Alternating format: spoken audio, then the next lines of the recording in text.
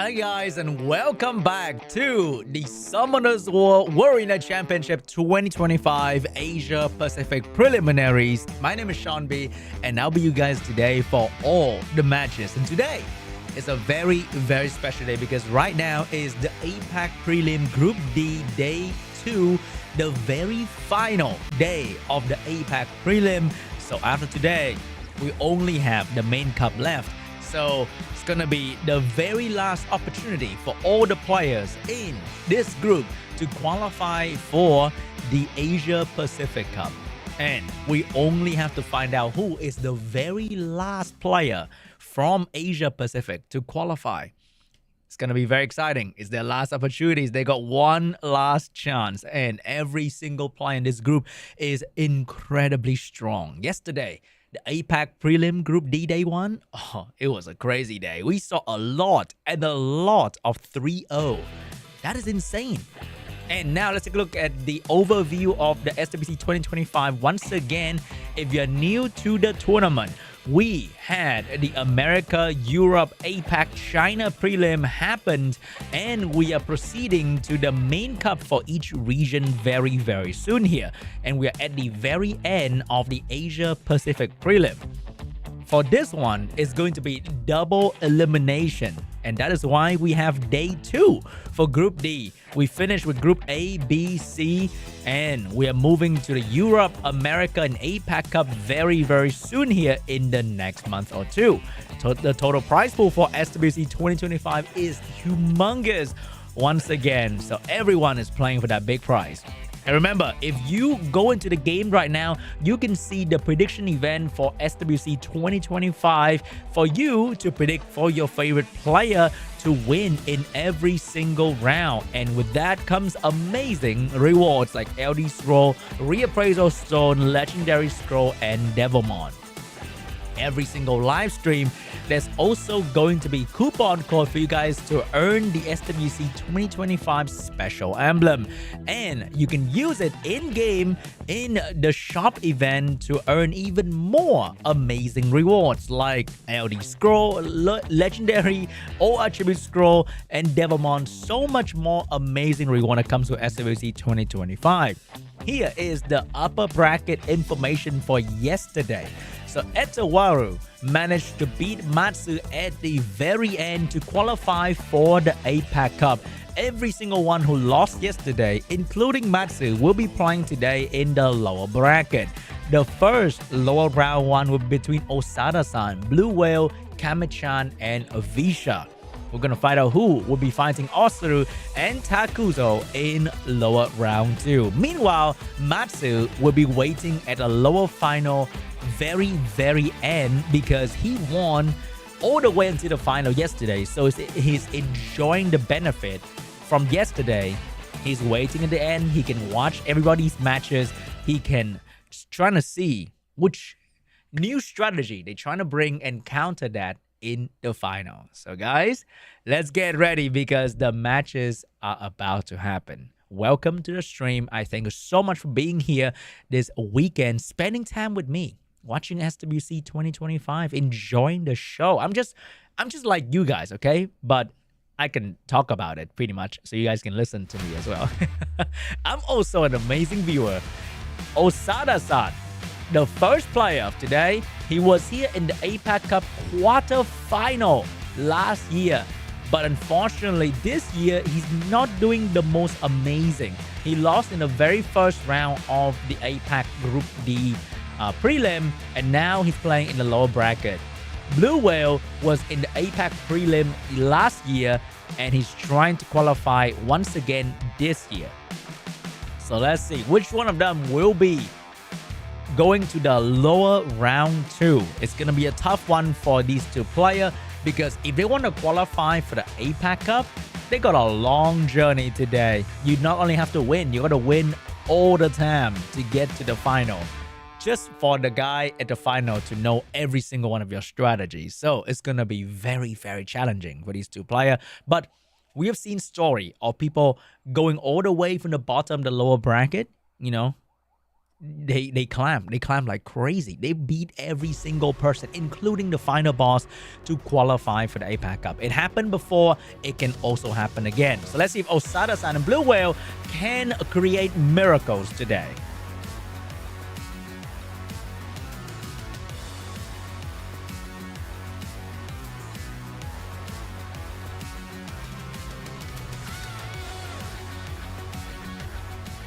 Now, let's take a look at the pre-ban between Blue Whale and OSADASAN. What is going to be the pre-ban here? We know that OSADASAN love playing with the Viva Han combination, and that is very, very deadly. Over there, Blue Whale also has a lot of crazy LD5 draft if he wants to use. I mean, he's named after a blue whale after all. So let's see which one is going to be pre-ban. We've also seen a lot of RGB pre-ban, but the pre-ban will be Jogun and the Viva Shell. First pick for Blue Whale. I wonder what kind of first pick he's going to start today with. Is it going to be Ciara? Is it going to be Oliver? Is it going to be something entirely different? It's going to be the Hey Gang first pick for Blue Whale. Is this like a steal from OSADASAN? Because I think for the past many weeks, we have been seeing Oliver, Ciara, Shiho being in the first pick. But Hey Gang in the first pick, is he trying to block a certain strategy coming out from OSADASAN? Is he stealing the unit away from OSADASAN? OSADASAN also has his very unique LD5 that is going to be the Dark Art Master, which can be very, very good if enemy doesn't have the Hey Gang. Blue Whale is going for the turn 2 playstyle with the Chandra and the Fire Bayak Ashawa together with the Hey Gang so that he can dodge the turn 1 strip. And over there, OSADASAN will have the segment to counter the Hey Gang. And we have a Seimei here to deal with debuff coming out from Blue Whale. Maybe Seimei? No, it's going to be Praha and Shizuka. So Praha is like a mix in between aggressive and defensive. She can strip, she can sleep, she can heal, she can do a whole lot of stuff for your team. But over there, the Hey Gang might be countering her strip into dot quite a fair bit right there. And last pick, we have the Diana and the Cigar for Blue Whale. Double win against Double Water coming out from OSADASAN. Very strong, especially with the increased cooldown time that can shut down Shizuka for a long period. So how will OSADASAN counter the double win last pick coming out from Blue Whale? And he got to think about the Hey Gang early as well. And the last pick for OSADASAN is actually going to be the Light Hacker for some AoE debuff and also immunity. So what kind of ban? It's going to be the Cigar ban. It's going to be the Segment ban for both player. So both teams have one unit that can increase cooldown time. Both got banned, and Blue Whale doesn't have a whole lot of immunity. Blue Whale went for the attack lead of the Hey Gang and not the speed lead that you could think anyone will go for. He is purposely going for turn 2 right there. He's forcing his team to be slower than the enemy, probably just to make sure that Hey Gang will come into effect. Praha can't really strip. Oh, Praha's gonna go for the strip anyway, forcing the enemy to move into his team. The Dyna is gonna transform. We have the Hey Gang with the strip. Oh my god, the Hey Gang turned into a Gianna right there with the strip into the stun onto the enemy unit. And Ciara's gonna go down immediately to the damage of the Fireback and the Diana. Now, all Blue Whale gotta do is to stop that Shizuka and the Light Hacker from doing work. Oh, that is a beautiful stun onto the Praha. Shizuka's under a lot of pressure as well now. Will she take the stun? She will be stunned. The Hacker get a violent proc, but he got silenced by the Fire Bayak. No proc for the Shizuka. More damage coming out from the Diana. The proc didn't get the proc as well. This game turned to be really good for Blue Whale, who went for the turn 2. Forced to move, but the... Oh my god, the Hey Gang with the Despair stun is super on point. Hacker finally getting that turn, controlling enemy attack bar, putting out a lot of debuff. And now the Shizuka getting a turn as well. Will she drop? She will go for the revive on Ciara to land the bomb. Ciara land a beautiful bomb on the enemy. And the Praha finally get that turn to sleep and heal the entire enemy team as well. OSADASAN is buying a lot of time here. Can he utilize that? Does he have enough damage to bring down the enemy? Because OSADASAN team is rather tanky. They are all heavy, bulky unit, but at least they're not moving. The total control for OSADASAN with the Shizuka, with the light hacker. He's dropping so much debuff on the enemy unit. The dot, the bomb, they're stacking up. They're doing very good damage on Blue Whale's team. Another revive coming out from the Shizuka, reducing the cooldown of the Ciara, doing very good damage on the Diana as well. Can the enemy team ever take a turn? But when they take a turn, they cannot do anything to this very long duration immunity coming out from the hacker. The bomb will be enough to deal with the Diana, and the pra damage doing very well onto the Firebear as well. Suddenly OSADASAN turned the game around with the Shizuka, and the light hacker, the pra's doing a lot of work on the enemy team, sleeping them, keeping them in check as well. There was nothing that Blue Whale could do. He's being absolutely controlled by 3 units. And GG! OSADASAN! He's gonna take the lead in the first round of APAC Group D. Day 2. Incredible turnaround coming out from OSADASAN.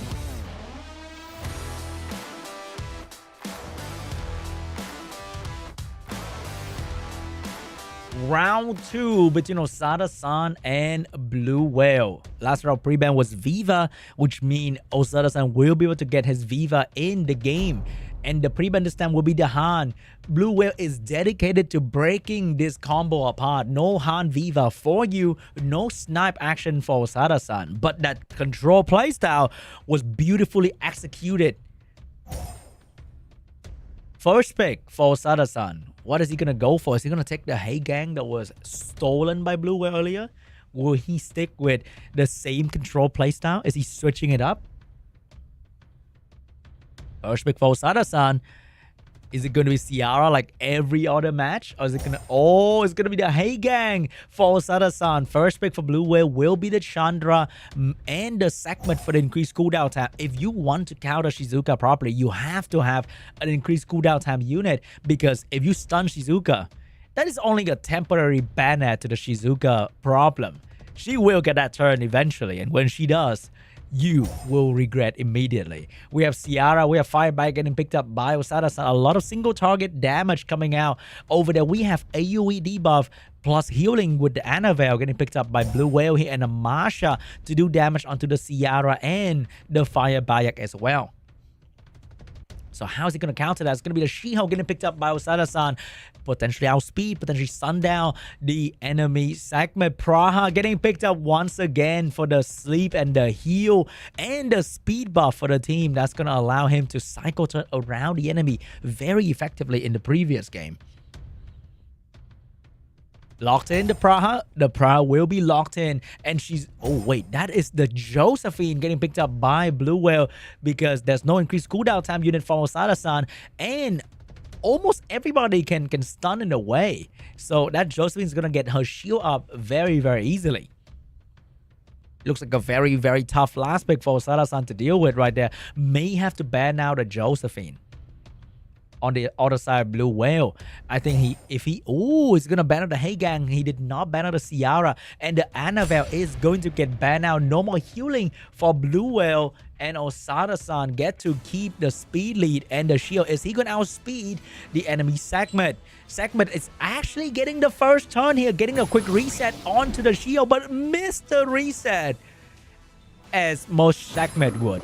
And the Shield's getting that turn, going straight for the Masha. Did not even proc the stun, let alone getting resisted. The stun didn't even show up. And the Josephine, being very fast, will take her turn against the Firebayak. Prague getting a turn as well. Will she go for the strip or the sleep onto the Masha? She will for the speed buff. The Masha resisted, but that means the Josephine did not get the shield. The Bayak get a turn right there, dropping the Masha from her beast.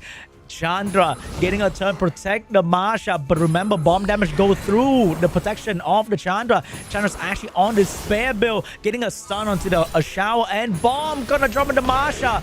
Destroy the Masha immediately. The monkey. Oh my god, this segment missed as well again. So much resistance going on from both teams, and the shield resisted the stun from the Josephine. The resistance are going crazy, but now the stun fight landed on the shield. The debuff coming out from the segment. The stun from the Josephine is going to connect as well. Looking very bad for OSADASAN. His team is losing a lot of HP on every single unit, and he's not getting a turn just yet. But segment getting her third try. Will she? She will land. Then increase cooldown this time, but Shio is gonna go down as well for OSADASAN. Oh, that silence onto the segment will stop her from going any further with her control. But I think she did all she needs to do. The Pra doesn't get the heal back soon enough. He need... Oh my god, another turn for the Josephine. 2-turn provoke for the Josephine. Pra is about to go down to the Josephine. Pra doesn't go down yet, but will go down very soon into the Chandra AoE. Fireback last shot. Can he get a turn to do something meaningful here? Fireback need one more turn for the heal. Can he get it? He will get the turn for the heal. And now segment took a lot of damage. Ciara will take down the segment, but no bomb for Ciara just yet. Another stun from the Josephine. Oh, he needs that bomb so bad right now, but he can't get a turn. He's gonna go down to Josephine. He's gonna get a 2-turn provoke, and Blue Whale will take this game.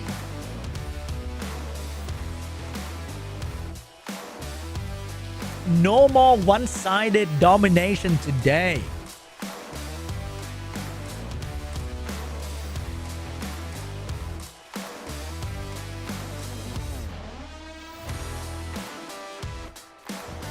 Round 2 between Blue Whale and OSADASAN. Oh no, round 3. What is going to be the pre-ban? We might be seeing another Viva Chell pre-ban here. It's going to be a Viva Chell and a Heigang pre-ban. First pick, Heigang is no longer on the table for Blue Whale. What is it going to be? Is he going to go for the Jogun first pick and go aggressive? Or are we still playing the Chandra Fire Bayak turn 2 situation? First pick for Blue Whale. It will be the Jogun. We can lead into the Ciara or the Oliver, but Ciara was stolen by OSADASAN. And he's going to pick up the Shio as well for the turn 1 strip. Remember that Shio actually did not even proc the stun on the Masha. That was very unfortunate for the Shio. But we also saw that the segment missed reset back to back. You know, it just Summoners stuff. Now we have the Oliver and the Josephine over there. Classic counterplay coming out from Blue Whale. Best in slot unit for what you need the team to function with. We got increased cooldown time, anti-stun, damage provoke, and OSADASAN will lock in the Layla for some fun AoE strip into slow debuff, and the Fire Bayak for damage as well. Blue Whale will rock the Water Twin Angel for the speed lead, and a cigar so that he can shut down something quickly here. And also Water Twin Angel on Swift is a single target strip and attack bar boost in one unit. Last pick for OSADASAN will be a Misty, trying to get that cheeky solo unit that can counter your entire team in the last pick with the Misty. Locked in the Misty. Looking really good against a Blue Whale, and Misty will be banned now because Blue Whale team is specialized in control, and Misty is a little bit harder to control. Let's see who's gonna take the first turn here. First turn belongs to the Shiho, but the second turn will be the Water Twin Angel. Can Shio land a stun to make the Layla take a turn? Shio will not land that stun. The low accuracy build is very popular in tournament because they want more stat. And suddenly we have a rise of high res Jogun as well that works perfectly into these low accuracy Shiho. And the Jogun missed the Layla. However, Oliver is need to fix the mistake, but there's a Ciara bomb coming, so Oliver is going to focus on the Ciara to spare Oliver getting the stun on the Ciara. Beautiful AoE from the Layla because Jogun missed that scroll trap. Layla is doing a lot of damage to Blue Whale's team in terms of letting debuff stay. with this glancing. Oh, the Oliver missed the reset of Shio. Shio land a stun on only the Oliver, not everybody else. Josephine get a turn to stun the Layla, stopping the Layla from further controlling the team. Shio need to land a stun right there on somebody to give Layla the attack bar. Did not land anything onto the Jogun. Jogun doesn't have any skill available yet, but the Josephine is gonna get that turn, which means the passive is back. Layla with the skill 1, who's gonna be the target? Layla will go for the Water Twin Angel. Did not get a stun on a glancing right there. Water Twin Angel with the AoE stun will drop and stun both Shio and Ciara. Layla finally locked in the scroll trap. Blue Whale is leading this game, controlling the flow right there. Another stun from the Despair Oliver. Ciara, maybe finally she's gonna get to move here, but she doesn't have anything to provide for the team. No bomb, no extra turn, no nothing. And Oliver with the skill 3 is gonna shut down the Ciara once again. Josephine with the turn. Water Twin Angel with the turn, and it's gonna go straight into the Shio.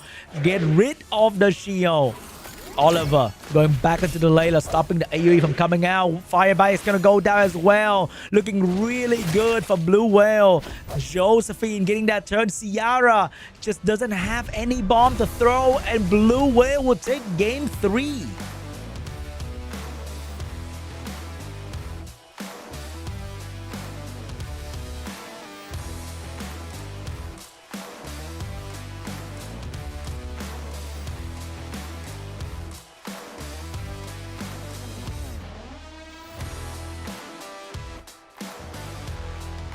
Game 4 between Blue Whale and OSADASAN. And this time, I think Blue Whale is going to go back to the Han pre-ban. Just refuse to give OSADASAN his favorite combo. That is one way to break down a man's spirit, is to just take away his favorite toy. OSADASAN is forced to play with a playstyle that he might not be the most comfortable with. He loves sniping people with his high damage unit, but he just can't afford to do that. Maybe if we switch back, it's going to be the Heigang first pick for OSADASAN, and Blue Whale with the Chandra Sekhmet getting picked up as well. Remind me of Les like 2-3 years ago with the Chandra Sekhmet and Charlotte, but no Charlotte today. We might be seeing some Fire Bayek getting picked up by Blue Whale. We're definitely going to look for a win on LD5 here. Which one is it going to be for Blue Whale? Win Twin Angel maybe, but not exactly the most amazing. It's going to be Cigar getting picked up by Blue Whale to counter the Heigang. When you fight Heigang, the best way to go around it is to go for single target strip. You can either manipulate the turn that enemy's going to take, or just, you know, reset them with Sekhmet Cigar. Last pick for OSADASAN is going to be the Light Desert. Wait, no. Light Polar Queen and the Light Hacker, both having so much debuff in them. So last pick for Blue Whale is going to be Shizuka to, you know, borrow all the debuff. And here we go, guys. Locked in for both player. Main damage from OSADASAN is going to be the Great Ciara. Could be banned, and Blue Whale just going to deal with all the debuff somehow. We have a lot of slow debuff coming out, and the ban is going to be on the Light Hacker. Shizuka will be banned as well. Let's see if that Ciara can get turn 1 and manage to snipe somebody, because I don't see a way for the Ciara to go too easily with the Sekhmet on the field. But we also saw Sekhmet missing back to back. So can you really trust Sekhmet nowadays? Here we go. Sekhmet going first, and it's going to be on. There was no Sekhmet. I don't see any Sekhmet, but look at how fast the Cigar is. He's on Swift as well to go in front of the Heigang, resetting the Ciara. Now, AoE, strip, and stun coming out from the Heigang. Scroll trap onto the Chandra. Jogun getting a turn as well. And Eleanor's about to get a turn. Violent proc for the Jogun, pushing back the attack bar with the skill 1 onto the Fire Bayek. Here comes the AoE debuff and cooldown reduction coming out from the Light Polar Queen very, very soon. Beautiful AoE debuff, but could not stop the Fire Bayek. Oh, the Fire Bayek did not land a single defense break on the Ciara. Very unfortunate, but more debuff coming out. Bomb ready to go with attack buff. That is not looking good for OSADASAN, for Blue Whale. That is an attack buff bomb. Even if you are Fire Bayek, you are not gonna be tanky enough, take so many hits, plus an easy 30k ignore defense, and that 36k ignore defense for OSADASAN. Very good bomb damage right there. Meanwhile, Blue Whale is still under so much CC, and you know what? Cigar is going to be the only one left on the field at this point. Look at the control from the Jogun, sealing 2 units away. Chandra has not taken a single turn this game just yet. Look at that. Cigar getting that turn. Chandra about to come out of the scroll just to realize that his team is all gone. Beautiful play by OSADASAN. Controlling the enemy from start to finish. And that might be GG. Oh, a lot of debuff. Here comes the last bomb from the Ciara. And that's going to take down the Chandra as well. Beautiful control from OSADASAN. We're going to a game 5.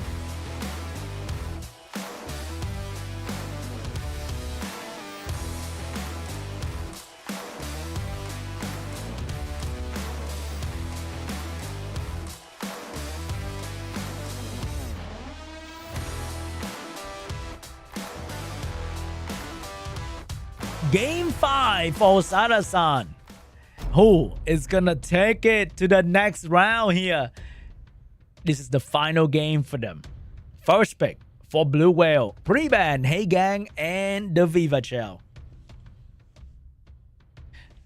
Blue Whale will start off with a good old Ciara, switching away from the Chandra and Fire Bayak pick, and gonna lock in a Ciara. Did not go for the Jogun first, but giving the OSADASAN the Jogun. Maybe with Oliver, it's gonna be Jogun for OSADASAN. What kind of speed lead is he gonna go for? He has the Light Hacker, one of the strongest speed lead for RTA. But what is he gonna go for? OSADASAN not locking in any speed lead yet. He will take the Praha and the Jogun first pick. Very interesting, because Blue Whale doesn't play Praha or Rune Praha at all. So there's really no point stealing the Praha so early on, and you can always draft Praha in the later draft. And now the Shield and the Firebite will belong to Blue Whale. But maybe OSADASAN has a perfect strategy to deal with these units. That's why he's very confident in the Praha first pick in his draft. Third pick for OSADASAN. How is he going to counter the Shio and the Fire Bayak? It will be a Vanessa getting picked up and a Layla for OSADASAN. 3 AoE strip for OSADASAN. 1 with speed buff, 1 with attack buff, 1 with slow debuff.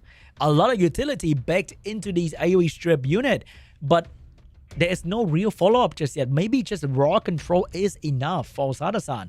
Last pick for Blue Whale will be the Laura, finally using his Laura and the Water Twin Angel for the secondary speed lead. So what is going to be OSADASAN finisher?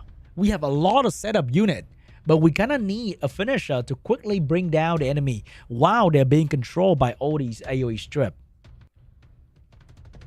So which one will it be? Or is it going to be another utility unit like Eleanor? Because why not? Just control raw debuff. Maybe enough for OSADASAN. It will be the Water Indra getting picked up last for OSADASAN. Self-revive together with Vanessa revive. A lot of revive count for OSADASAN.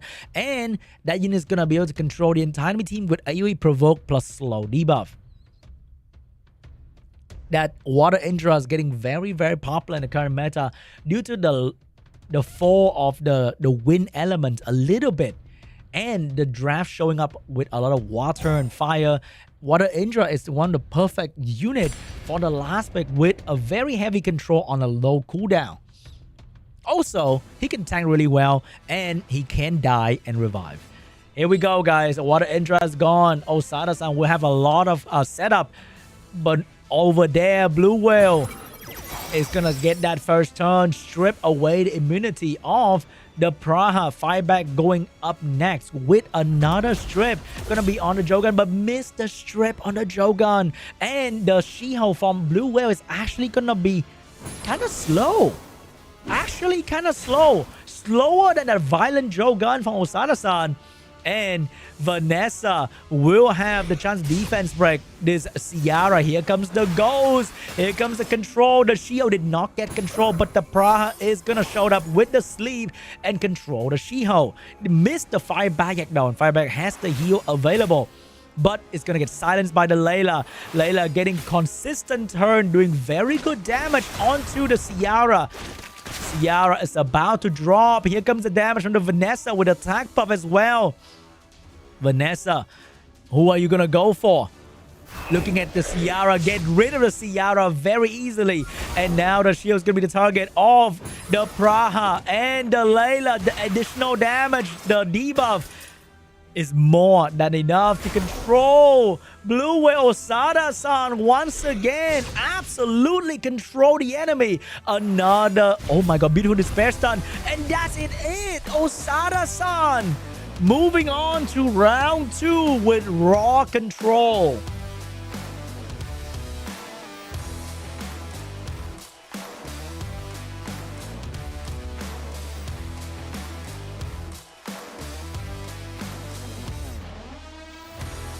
I did not expect OSADASAN to go raw control today, but he did, and he did really, really well against Blue Whale. Just probably one of the only Praha user in the entire competitive SWC scene, and he's using the Praha to very, very great result. He's moving on to the round 2. He showed that, hey, you can go a little bit sidetrack with your water unit. You don't have to pick Annabelle all the time. You're still gonna do well.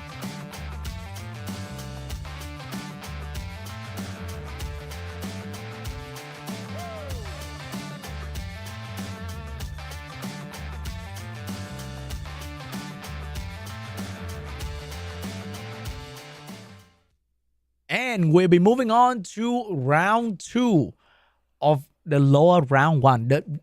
The second match of lower round 1. And I wonder what they're going to bring. I wonder if they're going to shake it up the meta. Just like OSADASAN. He was using this very, very cool combination of Layla and Praha to completely control. And that little sneaky draft with the light Polar Queen. Perfect combination with the heavy debuff from Layla. But now let's put our attention to KAMECHAN. He was in the APAC Cup quarterfinal. He was in the APAC prelim. He was in SWC last year. The previous year of last year. And now he's back and he wants revenge. He wants to get into the APAC Cup once again so they can move past the APAC Cup quarterfinal. This time, KAMECHAN, can he do it?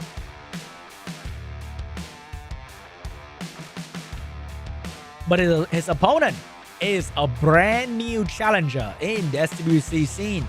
And he is also ready to take on the APAC challengers. Even though he's new, he's not weak. He has played a whole lot of RTA in Season 33. And he's rocking a very strong box as well. And you know, even the best player can have bad days. Maybe Visha yesterday, he was having that kind of bad day. But today is going to be the day that Visha unleash his true potential and show the Group D what he's all about, who he really is. And he can challenge all the way from the bottom of Group D all the way to the top. Maybe even defeating MATSU at the very end. Going to write story about Visha, the new challenger of Group D? Or will he stop his career with double loss in the APAC Group D? You never know. Could very much happen. But for a new player, it is always a bit tougher compared to the old player. You don't have experience. You have a lot of nerve when you play these matches. It's going to be very, very challenging. Anyway, guys, KAMECHAN and Visha. Let's see who is going to move on to the lower bracket round 2.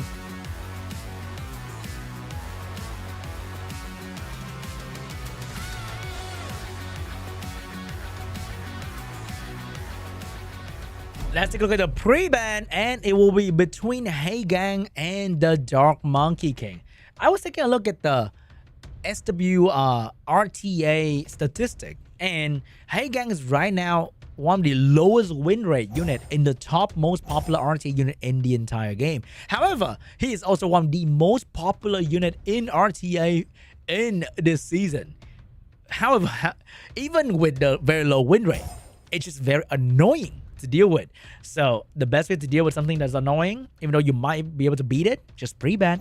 And we have the good old Oliver, Jogan, Josephine, and over there we have the Ciara and the Shiho for the first pick. Very, very meta-friendly draft from both players. I wonder what Visha is gonna do to counter the Josephine, the Oliver coming out from the enemy. Are we seeing a Cigar getting picked up here? Do we have a speed lead ready to go? Fire Megami just have a lot of problem trying to deal with the Josephine. We haven't seen a single Fire Megami being drafted yet. We have Fire Bayak though, and the Fire Monkey as well. Double Monkey action coming out from Visha here. One for turn 1 and one for turn 2. You know what? Might as well bring back the Wind Monkey for turn 3. Just build him on 0 speed. Raw counter. And over there, Kame also want to go back with the Water Twin Angel. For the longest time, we just keep seeing Ciara, Oliver, and Fire Megami, but Water Twin Angel is kind of coming back a little bit as well. And Masha is being drafted to deal with the double fire coming out from Visha. And oh my god, look at that old friend. Water Ryu, more getting picked up by Visha as the Water last pick. I like that. I like to see these things coming back. And we got the more getting picked up. Josephine getting banned now. Fire Monkey getting banned now. First pick, first turn might belong to the Shiho. But can he land that important stun? First, oh, look at how slow that more is. That is a raw damage. More could be on Rage, could be on Despair. I don't know what's going to be on, but it's definitely going to hit really, really hard. Here we go, guys. Water Twin Angel with the strip defense break. It's going to be on the fire back. Did not get the defense break, though. But, oh, the Masha also missed the defense break, but land the stun onto the fire bayak. Will this Jogan strip and let the more get that turn? The more will get a turn with attack buff. How hard it's gonna hit? Very good damage from the more, doing incredible job, but the entire team will suffer from the control of the Oliver. The damage was big, but it wasn't big enough, and no man likes to hear that. Unfortunately, the team is still going to be alive, but the Shio is going to get that turn. Can he stop? He will not stop the Water Twin Angel. The Mor's getting another turn right there, but the Shio is back up. He cannot finish the target. Good damage on to the Water Twin Angel, but once again, not good enough. Fireback finally getting that turn. Will he be able to bring down anyone? Damage onto the Oliver. Very good damage, but once again, very big, but just not big enough. Now, the Oliver's still going to be alive, wasting another turn off Visha. Masha looking for the fast link, taking down the Fire Bayak. Masha doing another turn onto the Water Monkey. Finally, 2 units of Kamechan is going to go down. Double water against double fire. Which one is going to be? Will Visha finally do enough damage this time? Stealing the more away, but that is the time bomb taking. The passive is still there. If this monkey managed to drop the Masha from her beast, that more is gonna be one of the biggest problems. Oh, the monkey is getting a turn, stunning the Masha. This game might be over. That more is slowly turning into a Samath right now. He will get that turn no matter whether you like it or not. Oh, here he is. Oh my god, the damage, and this time it is big enough. GG, Visha will take game 1.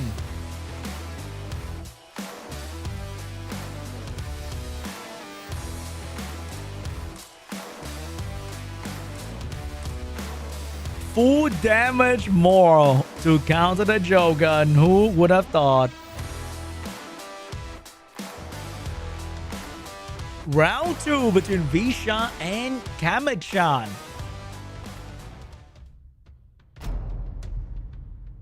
We have Dark Nezuko pre-ban and Ciara pre-ban.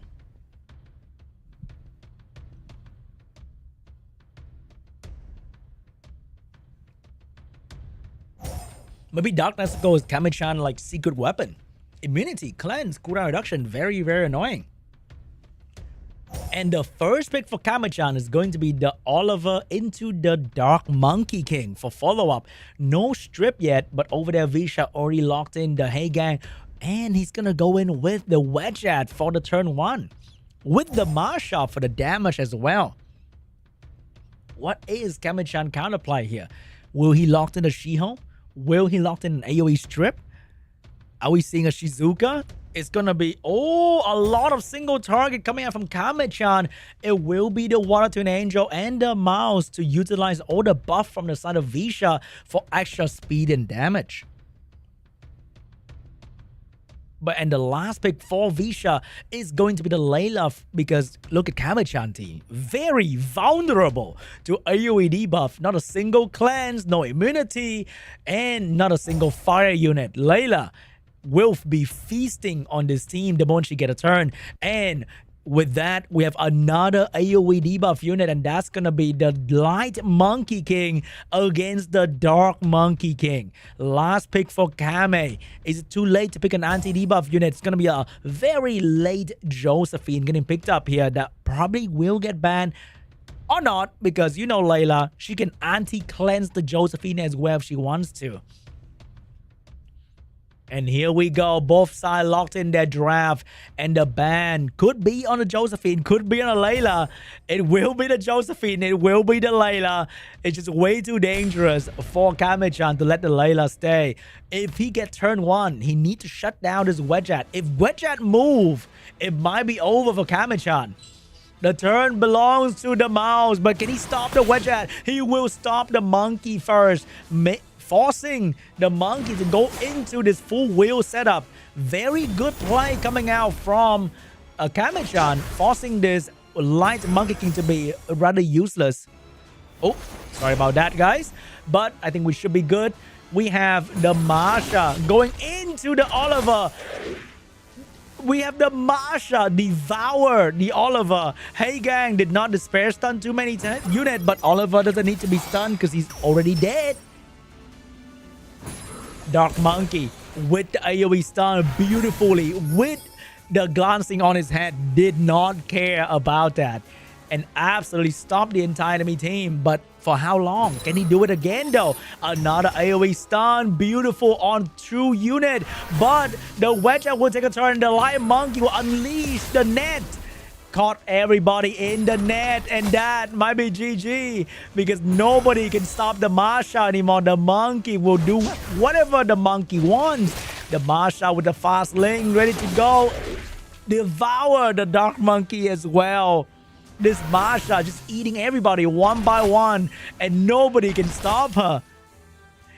Out of skill, out of way to stop the enemy. A small heal coming out from the Water Twin Angel, but more stun coming out from the Light Monkey King. Absolute control is the name of the game for Visha. And one more unit in the belly of the beast. And now, this might be GG. Visha will take game 2.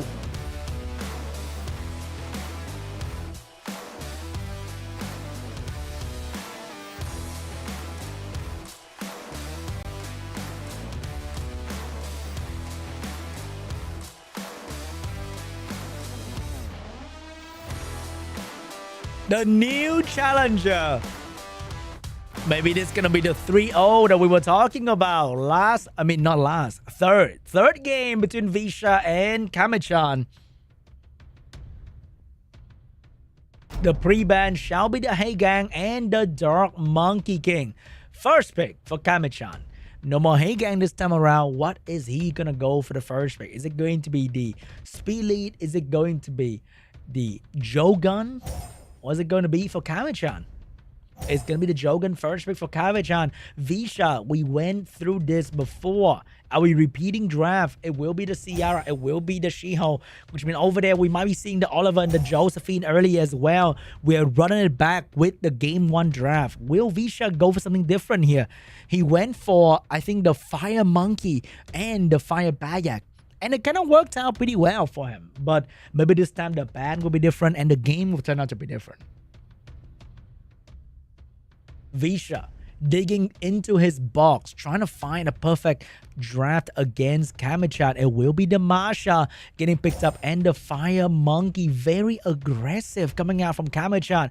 I think from Visha, KAMECHAN might be looking into a Chow, into a Annabelle for the situation here to slow down the advance of all these damage dealer.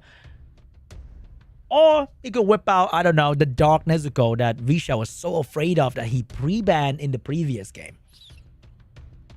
It will be the Water Twin Angel, but surprisingly, it is a Shan for the last pick. Shan, not exactly the most high-performing unit in RTA in general. Very cool unit though, I gotta agree. Very fun when he works.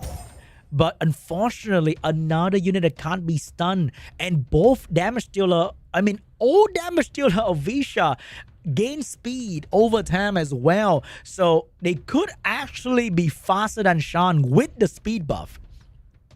I know, it sounds hilarious, but it is true. I've been there before. My plus 180 speed Shan could not outspeed a Fire Monkey just couple turn into the match. We got a Sierra ban. He's trying to make his Shan relevant. Here we go. KAMECHAN's definitely gonna get that turn 1 right there, but can he keep control on Visha? Kind of hard to control team, you know, literally being immune to stun and all. Here we go. Will he prove to us that Shan is a very strong unit? Water Twin Angel getting the first turn, but the Shio need to be stopped. He is getting the second turn here. Defense break. Oh, he's getting the kill early. He wants this monkey. He wants the Fire Monkey and the Water Monkey as well. A critical hit from the Oliver.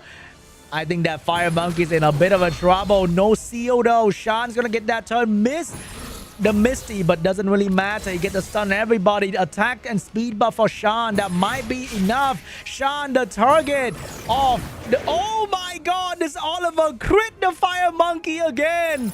Fire Monkey gone from the field, and the Shan is about to get that turn with attack and speed buff. That's going to do a lot of damage even onto the Misty here. Misty is under the pressure. Big damage onto the Shio. Another hit from Shan. Shan is looking really good right now, but that Oliver with the crit is going crazy. Shan being slowed down by the Misty. Oliver will now push back the attack, but crit another time. That's a crit damage. Crit something. Oliver doing very well into the everybody. Could not do damage onto the Misty, but Oliver's about to get another turn. Shio is getting that next turn, but Shio's gonna go down to the Water Twin Angel. Oliver getting another turn. Big damage onto the Misty. Another huge hit onto the Misty. This Oliver just completely shut down everybody from the side of Visha. And goodbye to the Masha. Back into the scroll. Oliver, another crit onto the Misty. Masha coming out. Masha about to come down. And that is GG. KAMECHAN with the Shan last pick.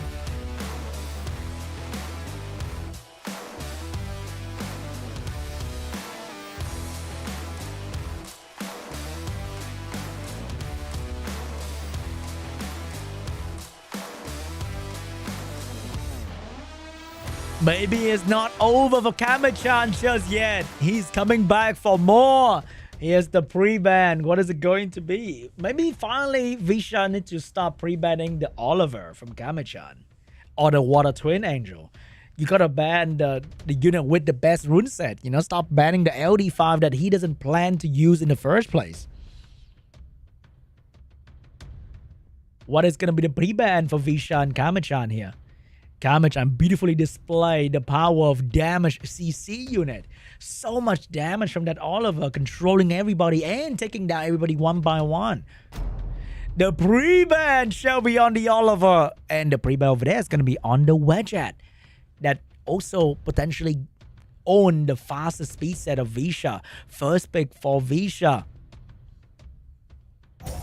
What is it going to be? No more Wedgeat this time around. It's going to be a Ciara for Visha. No more Oliver KAMECHAN. It will be the... Oh! Finally! Maybe that is the plan B. Without the pre-ban of Dark Nezuko, he whip it out with the Vanessa. Maybe it's going to be some crazy single target team. So what's going to be Visha plan? Are we seeing the Heigang into the Fire Bayak? Are we seeing Shiho? It's going to be Heigang into the Fire Bayak for Visha. He's going to go turn 2, KAMECHAN. You know it's coming. When you play this, you know exactly this is coming. He got to have somewhat of a plan to deal with this. Is he trying to strip and force and the enemy unit to move into immunity with like a Shiho, with like a segment? Or is he's going to go for the Josephine and the Dark Monkey King? Josephine? Very interesting, but hey, it's never a real wrong time to pick Josephine in this meta where everybody can sort of stun you in a way. And the Dark Monkey King for some great setup. Fire Monkey getting picked up here. Fire Monkey not exactly great into Josephine and Dark Monkey with the defense break, but he is immune to stun, so that is one way to deal with the Josephine and the Dark Monkey King together with the Misty. But the Layla will get picked up right there to deal with the enemy team that can cleanse and get turned in between. Not sure if Layla's going to be the brightest idea here. KAMECHAN can have another opportunity to pick another cleanse unit to deal with the Layla. Maybe even the Velodru in this situation. If he has one, runed up. It will be the Ethna. He will get more damage in his team with the Ethna last pick. So Visha, what is going to be the ban here? A lot of AoE defense break coming out from KAMECHAN. That is a lot of damage. Can Visha survive this kind of damage? And the ban? I wonder what's going to be the ban here. Do we take out the only immunity? He's going to take out the AoE death break. The Layla is going to be taken out as well. Layla proves to be one of the strongest, most annoying monster in RTA at the moment. Here we go. One side with the Heigang, one side with the immunity. And the Dark Nezuko will be taking turn 1. He can strip a skill 3, and that's going to be onto the Ciara, forcing the Ciara to move into a team with full immunity. Ciara in a very awkward position, taking that turn, not being able to do much. Firebaya is forced to move into immunity as well. And he's going to go for the strip into the Dark Monkey King. Get the silence on the monkey, blocking the AoE defense break from coming out. Defense break miss on the Fire Bayak. Heigang dropping that strip, forcing the Josephine to get a turn, stun the Bayak, and now Misty is gonna get the first turn. Defense break landed on the Vanessa. Very good defense break right there because there's gonna be follow-up damage coming out. But Dark Nezuko is gonna stop the damage from the Fire Bayak with the stun on the skill 2. Dark Monkey waiting for that turn, not getting that turn just yet. Meanwhile, Misty is completely locked in and trying to bring down the Vanessa as quickly as possible. Misty getting another turn. Very good damage onto the Vanessa. Get rid of it. Beautiful despair stun from the Heigang to stop the Dark Monkey from skill 3. But he's gonna pay the price with the Firebite being controlled. Misty getting another opportunity, switching the target to the Dark Monkey. Defense break on the Dark Monkey. Bomb coming out from the Ciara. Bomb landed on the from the Dark Monkey, and the Dark Monkey is about to go down. Misty is getting that turn no matter what. The monkey could easily die to a violent proc as well, and that might be it. Nezuko is not gonna move in front to save him. The Misty is gonna finish off the Dark Monkey. And that might be it. Nobody's going to be able to stop this Misty anymore. No more defense break. No more damage. No more attack down. No nothing. Josephine is very strong. But Misty is a very good counter. And surprisingly, I was checking the stat of RTA earlier. And Misty is one of the most popular RTA unit in the top 20. And Misty has higher win rate than every unit in the top 20. Misty rocking 52% win rate in RTA, and you might be thinking, Sean, 52%? That is like my chance of getting a girlfriend. But that is very, very high, okay? That is higher than everyone in the top 10 of the most popular RTA unit right now in the season. Misty is one of the strongest and most available unit in RTA that anyone can build at this moment. Because look at Misty bringing down everybody, including the most hated unit, Josephine. Visha will be moving on to round 2.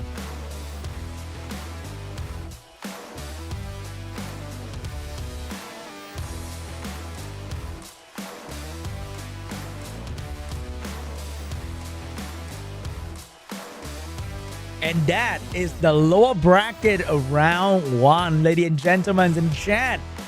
Beautiful display of different strategy from control to anti-control to single target snipe. So many things going on in RTA all the time. I feel like being able to understand and play RTA in Summoners War at this point after 11 years require like a PhD program, okay? Very complicated. Meta change all the time. It's very volatile in RTA nowadays. Very, very scary. And here is the result of KAMECHAN and Visha.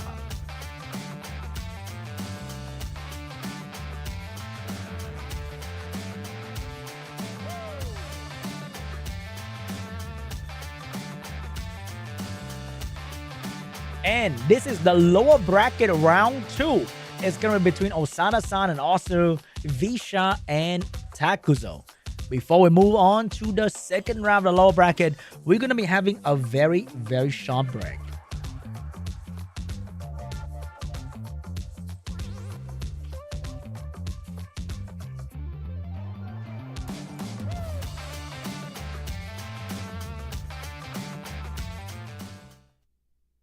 Very exciting round 1, guys. And I think Misty deserves a compilation in Group D at this point. It's just so many times I see a Misty game. It's like, whoa, crazy.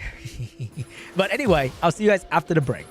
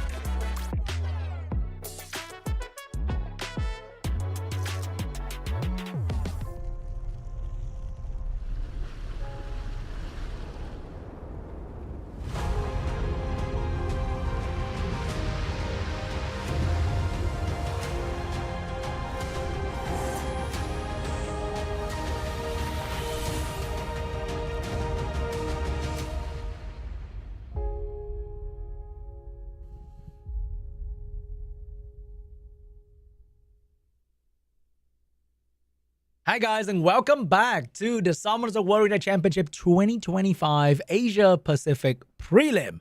And right now we are in the middle of the APAC Prelim Group D Day 2. And we just settled our matches with OSADASAN and Blue Whale earlier. And now we're moving on to the match between OSADASAN and OSSERU. OSSERU managed to win one match yesterday.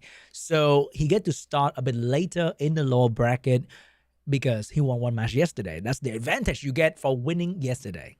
And he get to witness what OSADASAN used in the previous round, the Praha, the Layla, the Light Polo Queen, the CC playstyle. So he probably came up with some strategy to counter that. So OSADASAN gotta watch out. Maybe you expose your card a little bit too early, but in every single round in SWC, you gotta try your very hardest to just even scrape by to beat the enemy.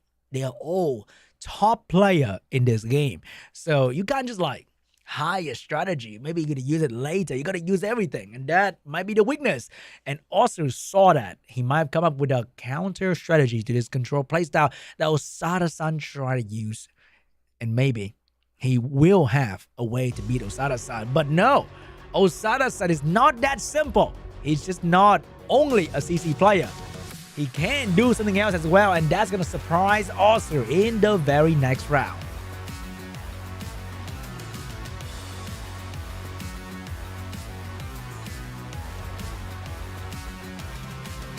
Here we go, guys. First match between OSADASAN and OSSERU. Here we go. What is going to be the pre-ban? Will OSSERU pre-ban the same thing that Blue Whale trying to do, the Viva, the Han of OSADASAN, or will he go for a different angle, pre-banning the Praha, the Layla, the speed lead of OSADASAN? Meanwhile, what can OSADASAN do against OSSERU? It's going to be the same. It's going to be the Heigang pre-ban. OSADASAN, not a fan of Heigang on the enemy team. Always a very, very big hindrance to how he can cleave or snipe the enemy. And Oliver is going to be first picked by OSSERU over there. OSADASAN with the Han and the Viva. The moment he can do it, he will do it. Or not, he's just gonna, flex a little bit, show the enemy that he can do it. Ciara Jogan picked up. Layla Shiho might be in the plan for OSSERU, but maybe it's going to be more like a Shiho and a Fire Bayek situation for OSSERU here. Shiho getting picked up. What is going to be the third unit for OSSERU to round up the RGB first three?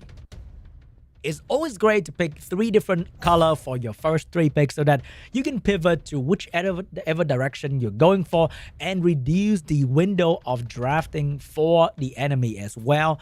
And next up for OSADASAN will be the Praha and the Shizuka to steal the invincibility of OSSERU for his entire team. And Praha is going to be there to provide the healing and the support for the Ciara.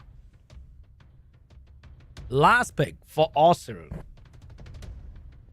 What is it going to be? How's it going to counter all these debuffs? He's going to go in with the Wind Twin Angel for the strip against the enemy team. And last pick could be a counter debuff unit, but he can also go for a nice damage dealer to make his strip more impactful. And last pick will be the Wind Bison, the Cigar for the strip, the reset. Very good against the Shizuka right there. Last pick for OSADASAN will be that debuff queen, the Light Polar Queen, getting picked up here for some fun AoE debuff plus cooldown reduction for the entire team. Is he going to lock that in? A very scary turn 2 unit right there for OSADASAN. But you also stand to be reset potentially by the enemy team. So I think the ban will probably be on the speed lead for OSADASAN to try to get that turn 1. And OSSERU, will he also ban the speed lead and trying to get that turn 1? It's going to be a race between the Jogun, the Vio Jogun, by the way, and the Wind Twin Angel. Because if OSSERU managed to get the first turn and strip, the Cigar is going to control the entire enemy team. Very beneficial. But both sides lose the AoE strip.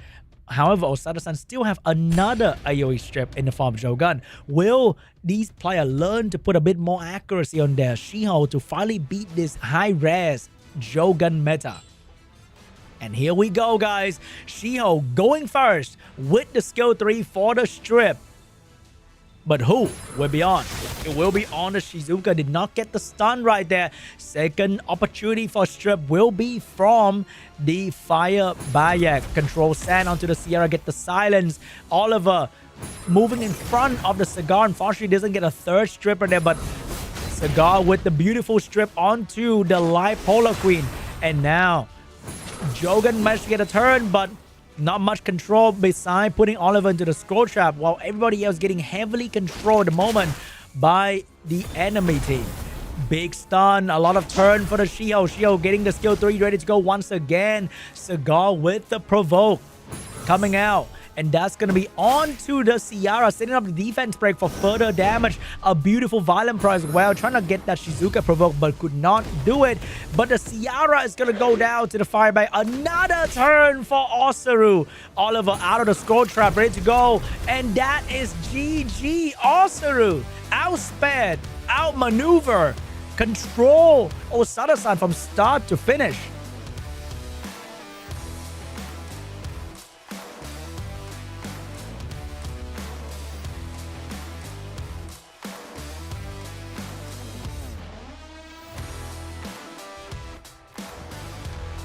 Round 2 between OSADASAN and OSSERU. The ban will be the Fire Bayak and the Han getting pre-banned. First pick for OSADASAN.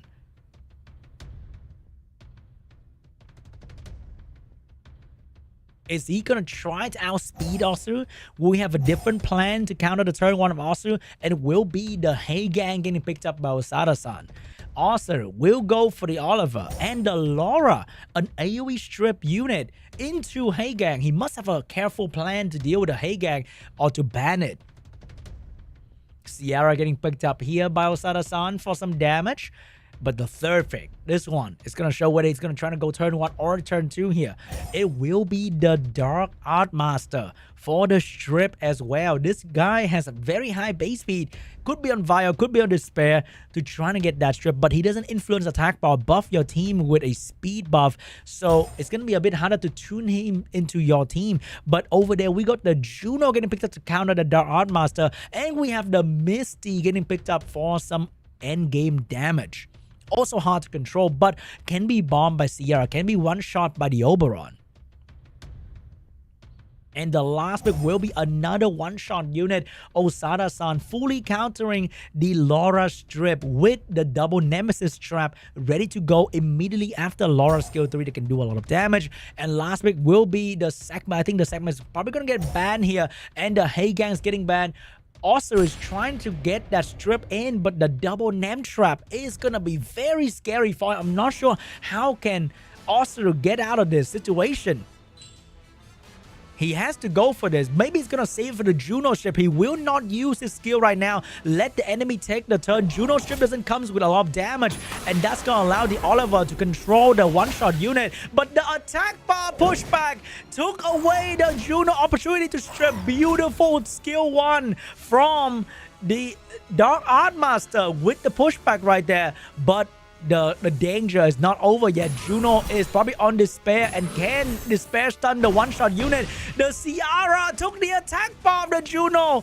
The Juno is completely controlled by these mini attack bar, and that's gonna stop her from stripping these one-shot unit. And Juno's gonna go down. Oberon is gonna take down the Misty as well, and that is GG. Beautiful draft by OSADASAN with the Nem trap, with the pushback.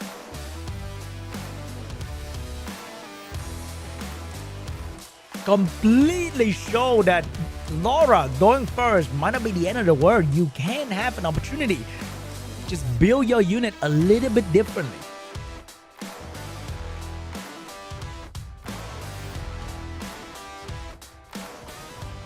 Round 3 between OSSERU and OSADASAN. What is going to be the pre-ban here? Is it going to be the Viva? Is it going to be the Heigang once again? the Laura was completely shut down. That was beautiful to see. One of the strongest LD5 in the entire game. Could not use any skill because of the Nemesis build of all the one-shot unit. Seimei getting pre-ban. Hey Gang getting pre-ban. First pick for OSSERU here. So with this setup, OSADASAN got outspeed and completely controlled by OSSERU. So with that, can he survive this time around? He will lock in the Han Viva. He will not go for the Ciara Joe gun anymore. He wants to get that turn 1 over there. OSSERU with the Layla and the Shiho. He can afford to pick double win because enemies start with double LD. So even if you go a bit more heavy on one element, it's not too detrimental for your draft. Oh, OSADASAN locked in a crazy LD5 combination here. We have the Dark Art Master being used for the strip and also the threat state to drive the attention away from the Han. But what can be the 4th pick here for OSADASAN? It will be a Fire Bayek, a shower getting picked up as well. But over there, OSSERU with the Dark Demon. You one-shot me, I one-shot you. Simple as that. And you can't kill this Dark Demon very early on. There's 0 cooldown reset on the side of OSADASAN. And there's no anti-revive as well. This Dark Demon is perfectly drafted by OSSERU. And the last pick? Which one is it going to be? What kind of counterplay does he have? It will be a Shizuka to temporarily borrow all that juicy buff coming out from OSADASAN as well as spreading the invincibility. Juno getting picked up to counter the Shizuka and potentially the Layla, but I think it might be a little bit too late here. Juno is gonna be still in consideration. Probably gonna get locked in here and probably gonna get banned as well. I think it's gonna be a ban for Juno and maybe the ban for the Dark Demon. But let's see. You never know what kind of rune setup they have, what kind of strategy they have in their mind, especially for OSADASAN with a very unorthodox draft. I really like to see that in SWC. But the more unique you are, the more well-known you are, the easier for people to target ban you, which is also kind of a weakness, but it's a very cool thing for us to watch as an audience. Here we go, guys. OSADASAN will lose the Juno. OSSERU will lose the Layla, which means that Viva. But how do you snipe the Shiho with the invincibility? That's why you have the Dark Art Master. Shiho getting the turn 1. Can he stop the Viva from moving though? Here we go, Shiho with the skill 3. Which one is it going to be?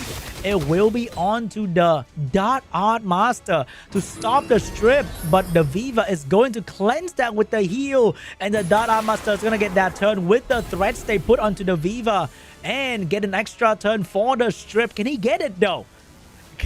He's not very consistent in doing so. He's actually not going to use it. He will just skill 1, and the Han is going to get a turn before the Shizuka. Very good damage onto the Oliver. Get the Viper as well. Take down the Oliver. Shizuka will not attempt to use skill 3 yet and will save it for later because the Dark Art Master will have the strip if she uses skill 3.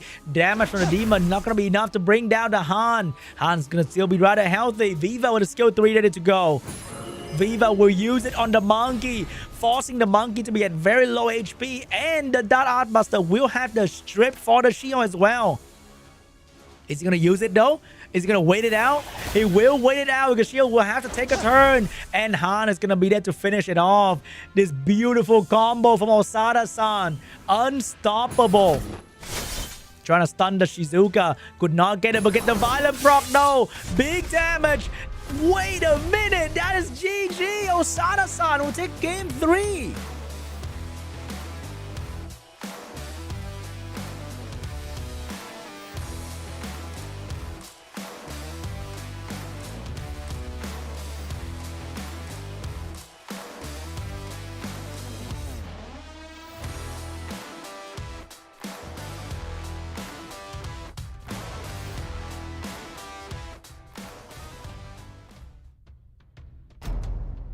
Round 4 between OSADASAN and OSSERU. We have the Fire Bayak pre-ban and we have the Han pre-ban breaking the combo once again. Now we understand why Blue Whale was so afraid of the Han Viva combo, because the moment it showed up, he took down OSSERU without breaking a sweat. Forcing OSADASAN to play CC is the way to beat him. And now Oliver Jogan getting picked up over there. We have Ciara into maybe the Dark Art Master once again. Which one is it going to be for OSADASAN in the third slot?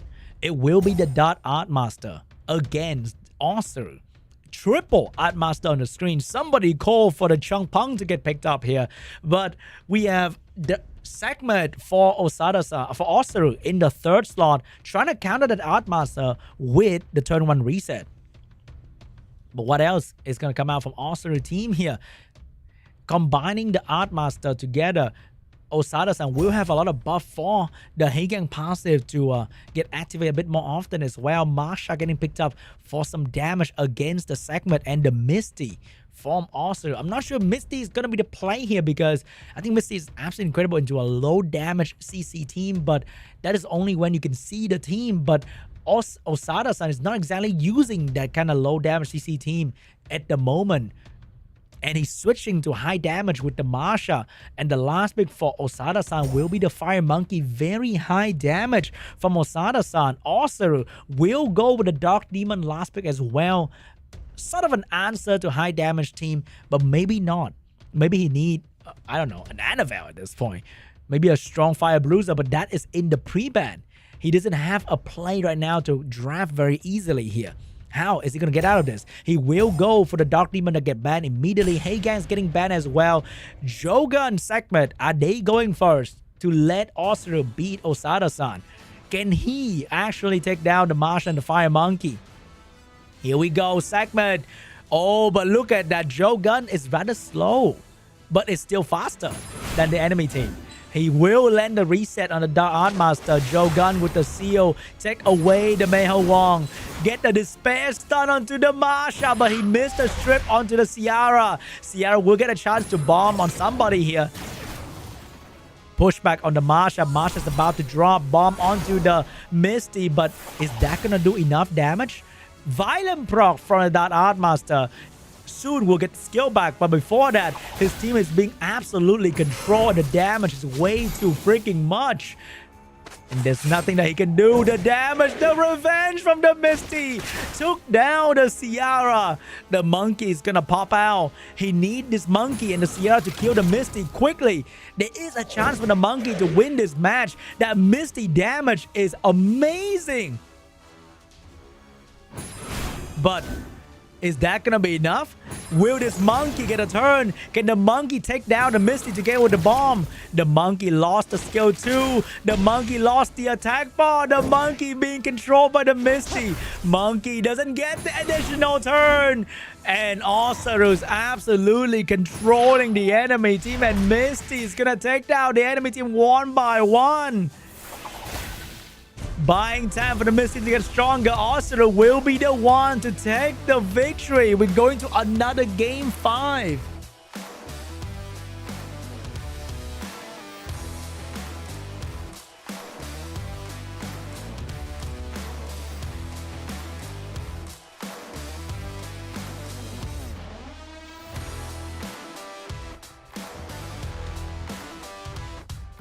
The final game between OSSERU and OSADASAN. So much back and forth today. Nobody really figured out anyone today.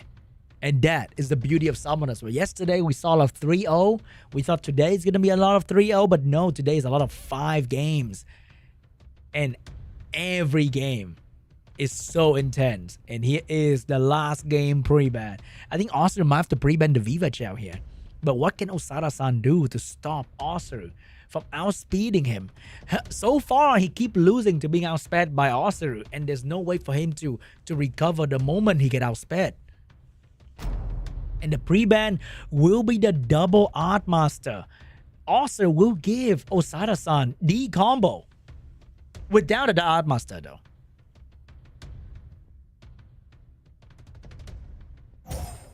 And the first pick for OSSERU, which one is going to go for? It's going to go for the Oliver first pick right there. First pick for OSADASAN will be the Sierra Jogun. One way to not getting outsped is to steal the unit outsped you in the previous game. And that's going to be taking the Jogun away. Also, is going to go for the Shiho and the Fire Bayek. The Josephine getting picked up by OSADASAN to deal with the Shiho. But maybe, how is he going to deal with the Oliver? And a shower, it's going to be the Layla for the AoE strip control. We have a lot of strip coming out from OSADASAN. A lot of turn cutters as well. Look at the amount of attack bar between Josephine and Layla getting in between you. It's going to be very annoying. Also with the Wind Twin Angel. Or you can call it the budget Laura. Oh, never mind. The real Laura showed up. No more Nem Trap in this situation. No more Hagan to stop the Laura. And the last pick will be the Cigar for the total control on the Layla and the Josephine. Last pick for OSADASAN. Would it be an LD5? Would it be a Viva Chest? It's going to be a Juno. How is he going to deal with the amount of control coming out from OSSERU here? Is it time for a Misty? Is it time for a Fire Monkey? Or is it too late now? What is he going to do in the last pick? It will be Eleanor. Well, I swear, 3 units in the game have the same name. I'm going to call it the Light Polo Queen, though. The Light Polo Queen getting picked up for OSADASAN. I think the Light Horse and the Light Polo Queen have very, very similar names. Let me check on that real quick. The Light Horse is Eleanor.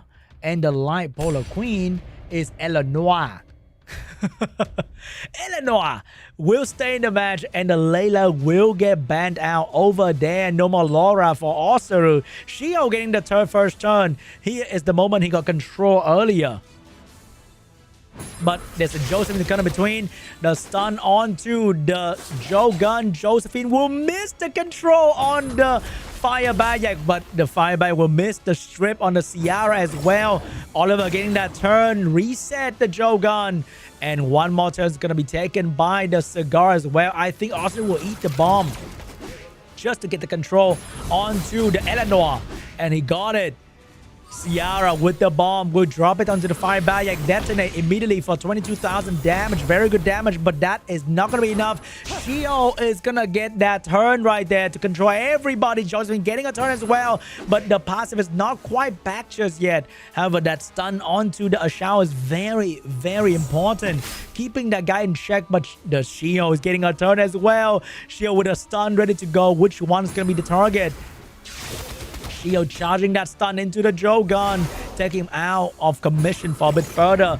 And Oliver is going to control the Josephine, getting a turn once again. And that's going to take the skill of the Eleanor as well. Cigar with the provoke. Could not stop the Eleanor, but the Shio with a double stun. Oliver with another turn, controlling the Josephine. Oliver with another turn, controlling the Jogun. Ciara's about to get that turn, but Ciara is about to drop to the Ashawa defense break. First hit, and that is over for Ciara. Cigar, provoke ready to go. Will take it on to the Josephine. Eleanor, no skill. Shio with the skill 3. Very big damage. Oliver taking down the Josephine. This might be GG for OSADASAN. There's nothing he can do.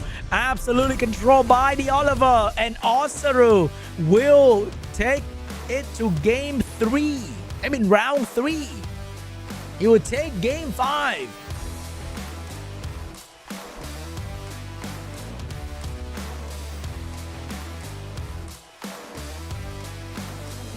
And that's GG. 5 intense matches between OSADASAN and OSSERU. And we say goodbye to OSADASAN in SWC 2025. Unfortunately, the combo worked out, but it's just hard to pull off every single game, huh? And OSSERU will be moving on to round 3 of the lower bracket. We say goodbye to OSADASAN. Unfortunately, very entertaining player, but SWC is just... it's just hard, guys. The more you stream, the more exposed your runes are to everybody. And also your playstyle and everything else in between. Hopefully, we'll see OSADASAN back here in SWC 2026. But now, here is the result of OSADASAN, and OSSERU.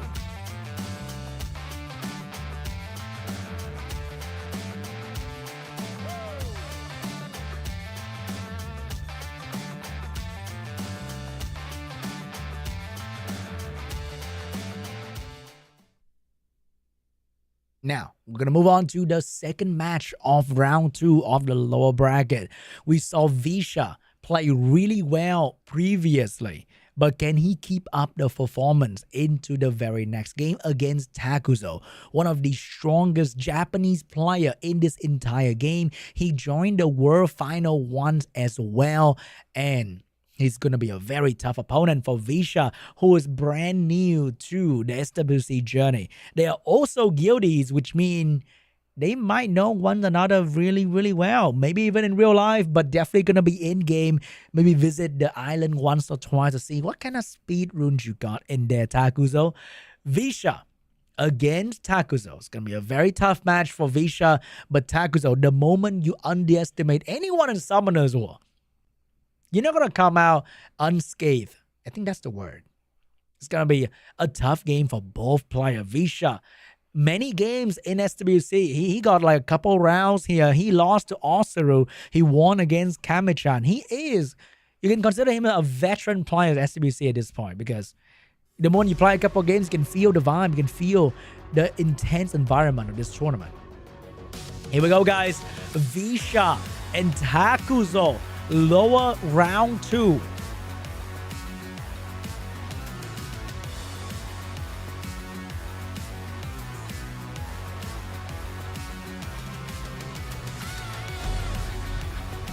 And the pre-ban shall be between the Hey Gang and the Chimera. First pick for Visha. What's it going to be? No more Zeratul for Takuzo, stealing the Vanessa from Takuzo. One of Takuzo's favorite draft was the Vanessa into like crazy single target damage plus the light unicorn. But he can't do that exactly in this situation. He will go for the good old Ciara She-Hulk. Can never really go wrong with these two first pick right there. So how can Visha deal with this? Will we see a Josephine getting picked up here? It will be a Josephine. May be even a Layla after this as well to fit into the meta. But it will be the Fire Bayak for Visha. So Takuzo, that's a lot of bruiser action. We'll still go for the Narsha. We will have the Shizuka getting picked up by Takuzo as well. That's a lot of single target damage from Takuzo. Still, you think I can't play my style? I will play my style depending on, even if you steal my unit, even if you pre-ban my favorite bruiser. Last pick for Visha will be the Layla to deal with the non-fire draft from Takuzo and a it's gonna be Sonya. Sonya is like a hit or miss in tournament setting. You might encounter Sonya trap. You might not do enough damage because they're so strong. Not everyone can rock like a crazy Sonya, like Obabo Sonya. Or, you know, that is the only Sonya that you may encounter. There are so many hidden stronger Sonya, even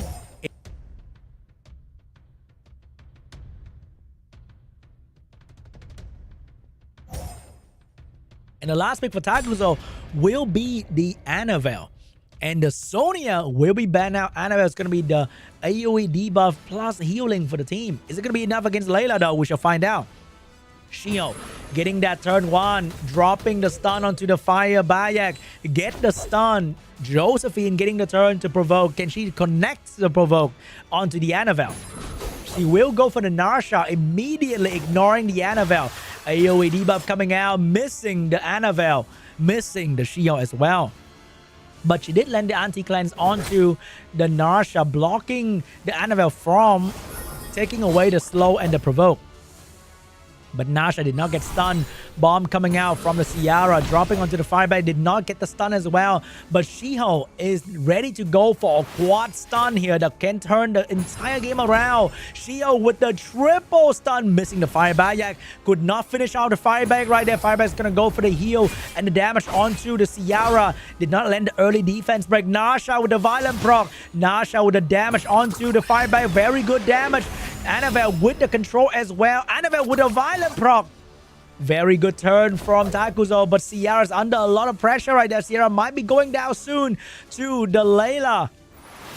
But Layla chooses to try and control the Nasha. Could not stop the Nasha. Nasha getting that turn. Shio getting that turn as well. Shio could potentially finish off the Fire Bayak here. He will go for the damage onto the Josephine. Trying to be efficient with the damage right there. Fireback getting a turn. Fireback's going to finish off the Ciara.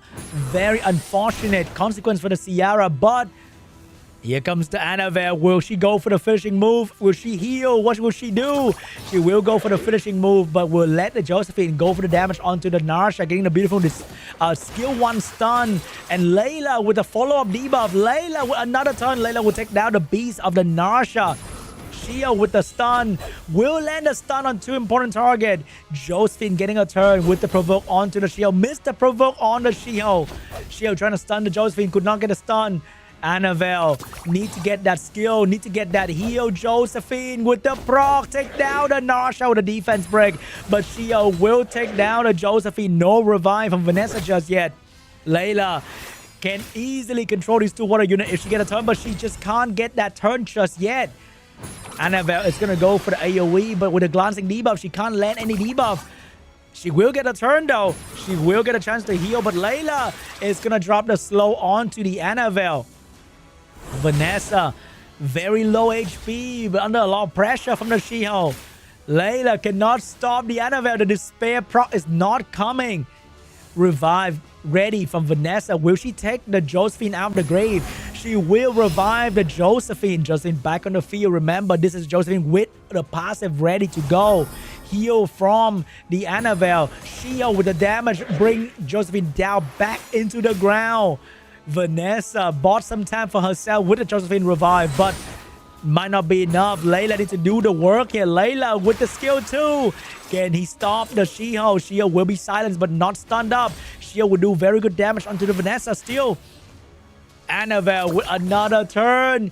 Vanessa is about to drop. There's nothing Layla could do to stop these 2 units from taking down the Vanessa. Vanessa will go down. Layla, can she deal with these 2 water units? Oh, despair stun from the Layla.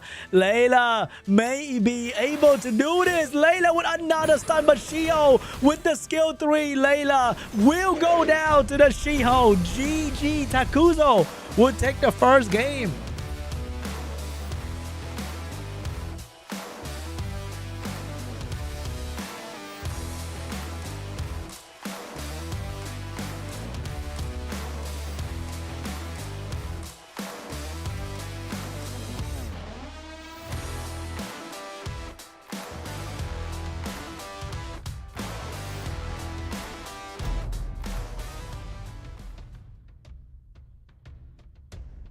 Pre-ban will be on the Light Horse and the Wedgeat for both players, both providing a lot of defensive capability.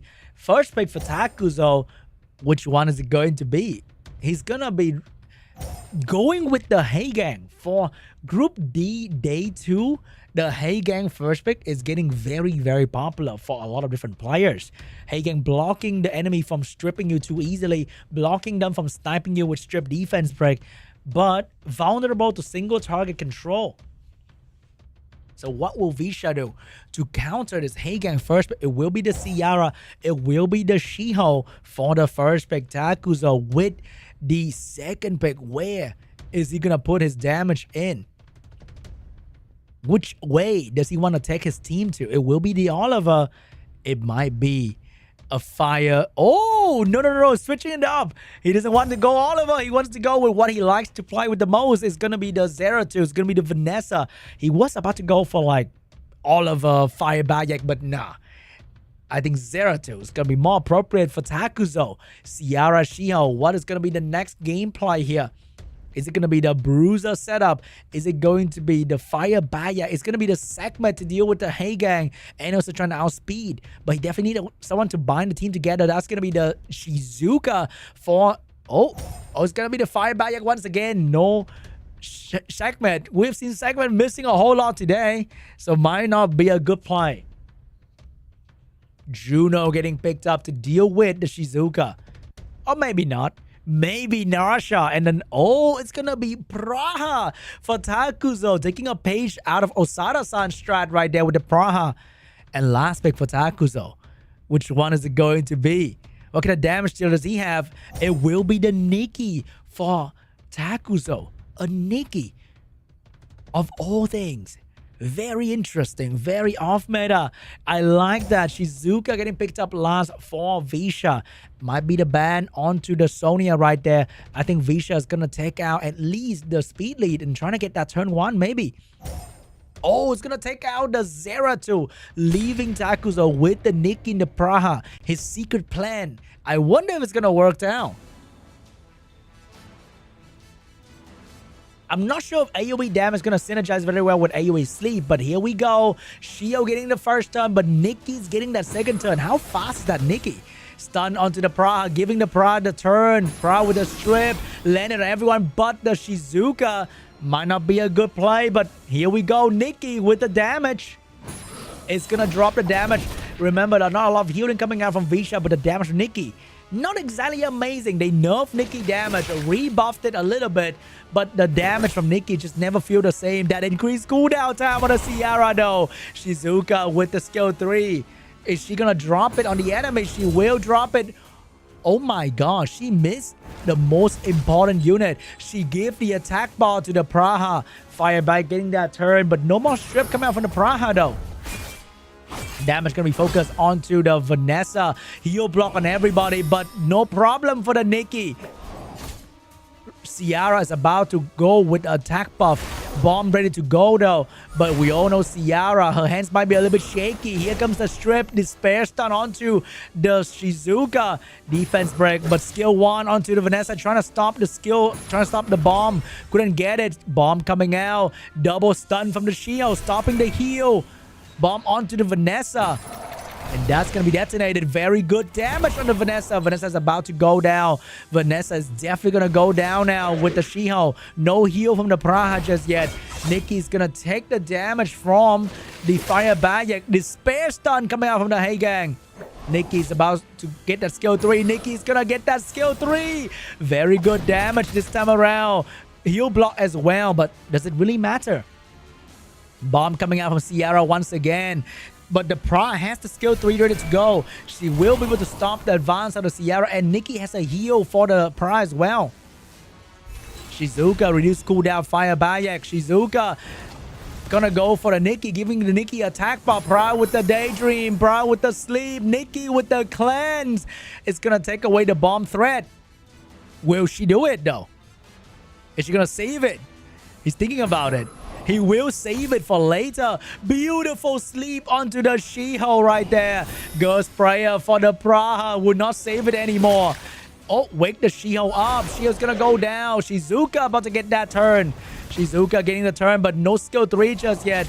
Nikki. Oh, Nikki with the damage. Take down the Ciara. Take down the Fire Bayer, but Soul Protection is going to bring him back. But the Despair Stun. Damage from the Pra. Not going to be enough to take down the Fire Bayer with the heal. And the damage going to be landed on the Nikki, but could not take down the Nikki. More damage from the Pra. Nikki with the fat heal. Shizuka under a lot of pressure to perform here. Shizuka needs to perform right now. What can she do? She will give up the additional turn for the revive on the Ciara. But that just bring down the Fire Bayak. Shizuka, the last one standing, has skill 3. Can she bring it back for the team? Here comes the Shizuka turn with the bomb, with the damage, with the debuff, but barely did anything to anyone over there. And doesn't have the revive anymore. And that is GG. Takuzo would take game 2.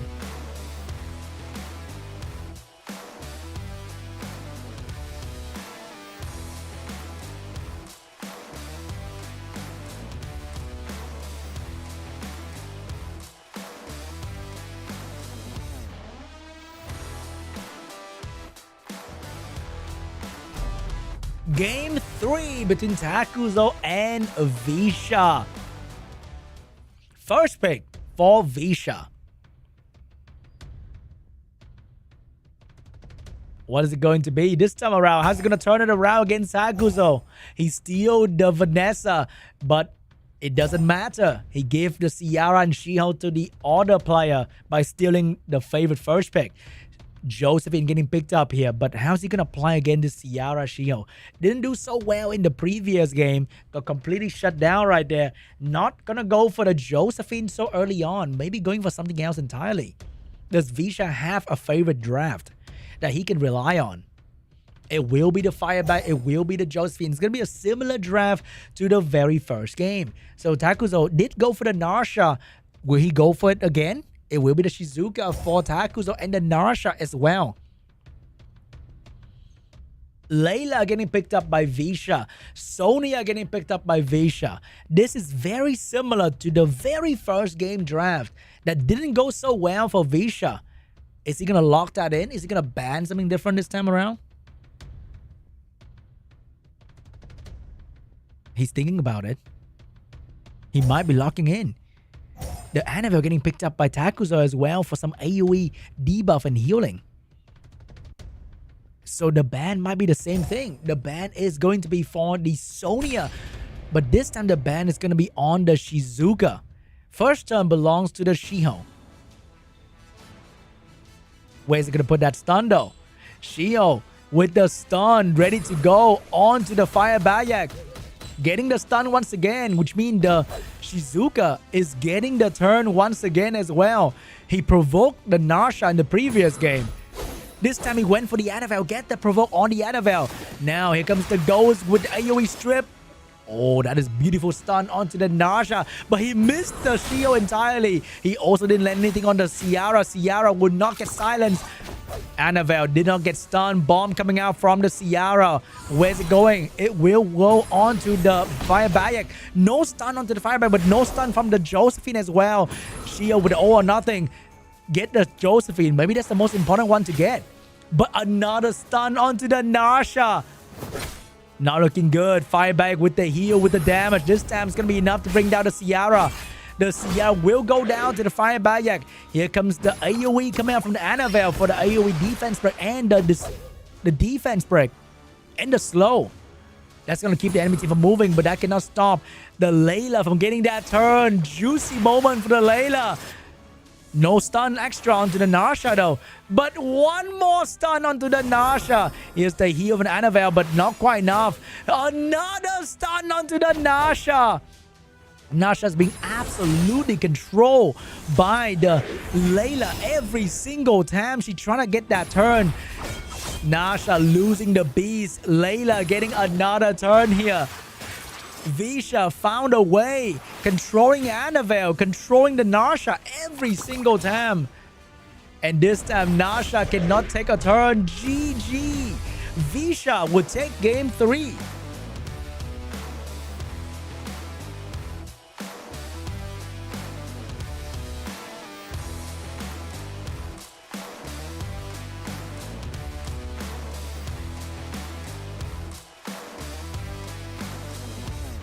Oh my god, guys, bad news. I am out of water. If this thing goes to a game 5, I'm cooked. But here's the pre-ban. We got the Light Unicorn and the Wedgejack getting pre-banned. First pick for Takuzo. Is he going to go for the Vanessa first pick here? We got the Heigan getting first pick for Takuzo. Blocking that strip, blocking that stun, blocking the defense break from Vanessa if she get picked up here. Blocking the silence from the Fireback as well. We are repeating draft once again. Are we seeing the Praha? Are we seeing the Dark Okauga getting picked up by Takuzo? Because we are repeating. We are repeating every single draft from game 2. I'm not sure if that Praha Dark and Nikki was really the play right there. I mean, it looks pretty awesome, but I'm just not very sure. But here we go, guys. We got the last pick from Takuzo. Is he repeating it? He is going with the Praha. He might be going for the Dark Okauga. Oh, he's going for it. I can't believe it. He's actually going for it. He's repeating the same draft. We got a Sony as well. But are we repeating? We are repeating the same band. We are repeating the game 2. Let's see if the orange is going to be different this time around. because RNG was different last game when we repeat draft. Shiho, first turn. Where will he put that strip? Because he's going to let somebody take the turn. He's going to let Pra take the turn. Pra with a strip once again. Is he going to use it? He will use it. He will land the strip on Shizuka, but he missed the strip on the Ciara and the Fire Bayak. Damage being dropped. Not exactly anything being done to Visha just yet. Looking very good. And last time the Vanessa landed increased cooldown time onto... You gotta be. Nah. He stunned the Shizuka with a despair stun, but the Fire Bayak's gonna cleanse that. The draft looking immaculate for Visha at the moment. Completely controlling the enemy here. Wait a minute. You know what? Maybe Visha got a point. Maybe he did not lose to a worse by drafting badly.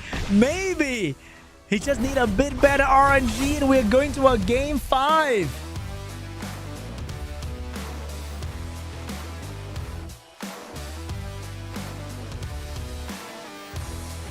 Hold up, Visha!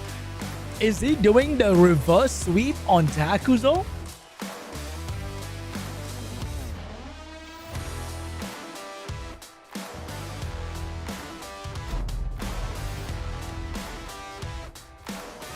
Alright guys, we're out of games to repeat now. I think we need a fresh draft from both players. Because Takuzo, I think repeating draft might not be the best idea against Visha. First pick for Visha. 0-2 out of the equation. First pick for him. Is he going to steal the Vanessa once again? Is he baiting Takuzo to repeat draft once again? Vanessa getting picked up here. And over there, Takuzo with the Chandra. Finally, he's shaking it up a little bit. Chandra getting picked up first by Takuzo. Are we following that with a segment? It will be the Fire Bayak. Finally, a fresh draft coming out from Takuzo. No longer Ciara Shiho that did not really work out last time. What is Visha going to do here? Because we're not repeating draft. Are we innovating? Are we going back to the... It's going to be Ciara getting picked up by Visha and a Jogan as well. I'm not sure about Ciara-Vanessa duo for the speed lead, but it might be the play. Takuzo with the Yonhong getting picked up for the first time today.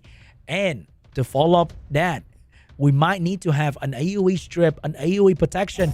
It's going to be going for an AoE protection here. That's going to be Shizuka getting picked up by Takuzo. Last pick for Visha. We do need some sort of strip once again. We only have one so far. And there's a speed threat coming out from Takuzo as well with the Yonhong. So, do we take on that Shiho? Or are we going in with something else? It's going to be the Sonya. He really likes the Sonya. That doesn't get to be played anytime at all. And Layla is going to be the last pick for Visha for the second AoE strip. So Takuzo, are we banning the Sonya? Are we letting the Layla through? Do we have an anti-debuff? An Aya? A Juno? What kind of last pick would Takuzo have for us here? It will be the Fire Megumi for the first time today. Maybe because there's no Josephine on the field yet. Fire Megumi is going to get locked in by Takuzo to counter the heavy wind fire coming out from Visha. That's definitely going to be a good old Sonya ban. Or maybe everyone over there is Sonya trap. Could be the play as well. Could be the Vanessa ban play, leading Visha into the trap. It will be the Sonya ban. It will be the Shizuka ban. First pick might belong to Yonhong, but let's see if Takuzo can make use of that first pick well. Because you can't snipe the Ciara immediately due to the fact that we have Vanessa on the field. Yonhong taking that first turn, going straight for the Jogan. Chandra taking the second turn. Where will he land? His skill 1 strip. He will go for the skill 3, get more attack buff for the team, but get a violent proc to get the skill 1 strip onto somebody here. It will be on the Ciara, but he did not land that stun. Fire Bayak is going to go for the silence onto the Jogun. Missed the silence. Oh, that is bad. Takuzo has done all he can, but he will only be able to control one unit on the side of Visha. And now Visha has the AoE, has the bomb ready to go. And the first one to be controlled will be the Yeonhong. Here comes the Ghost with the stun onto the Fire Megumi. The silence onto the Chandra. And also, an instant turn for the Layla with the amount of debuff landed. Beautiful bomb from the Sierra onto the Fireback. Get the detonation, but did not get the stun on the Fireback though, unfortunately. Yeonhong with the heal. He needed to stop the Yeonhong, but he could not stop the Yeonhong. Not enough silence, not enough despair stun. Yeonhong with the heal. And Fireback ready to go. Skill 3, where will he go? He can kill somebody. But that's gonna be the Jogun eating the skill 3. He wants this Jogun down no matter what, but Jogun is about to get that turn. Another bomb coming out from the Ciara. Another bomb gonna be bomb onto the Yeonhong. Layla's about to get another skill 2 out, and that might be very detrimental for Takuzo. Here comes the Jogun taking away the Fire Megumi. No more. Cut it in between. No more Fire Megumi.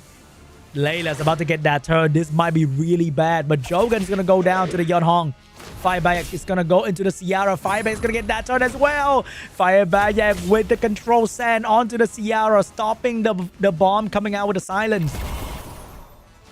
Oh no, that violent proc.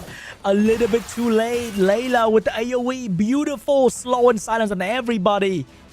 This might be the pivotal moment for Visha. He get that despair stun. He gets that damage. Layla getting another turn here. Layla with the damage. Yeonhong going down, but the Chandra is gonna get that violent proc. Chandra with a trick of water taking down the Ciara. Oh my god, the Fire Desert Warrior with the violent proc taking down the Vanessa. Visha will have to say goodbye to SWC 2025. Takuzo will be the one moving to round 3. GG Visha. He tries so hard, but the reverse sweep did not happen.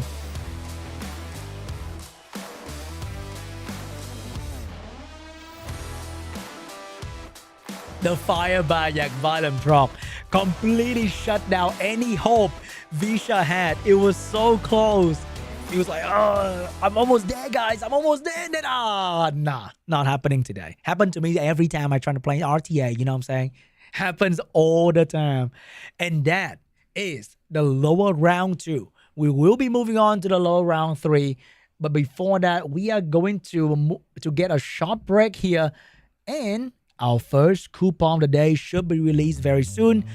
But here's the result of lower round 2.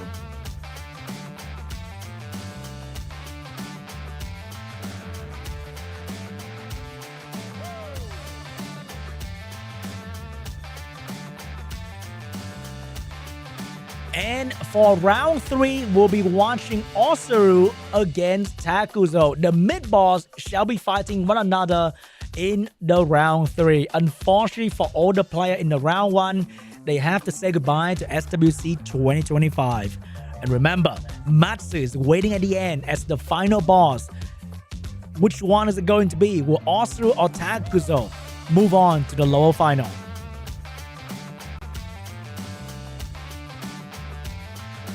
And guys, remember, SWC2025 Tekken 8 is having the collab of the century in SWC2025 right now. You can get your hands on brand new Tekken 8 characters, and especially the free one, Heihachi Mishima. Did you see the new skin for Nina Williams in-game? She's wearing a wedding dress. Like, wedding dress really comes to us, Nina Williams? I have water Nina Williams, okay? I really enjoy using her. And that wedding dress skin, pretty crazy. But we have a coupon code for 200,000 mana, 100 energy, and 10 SWC emblem. Meza say JP no 1. JP number 1. And that is the coupon code for the first half of the stream. And I'll see you guys back here after the break.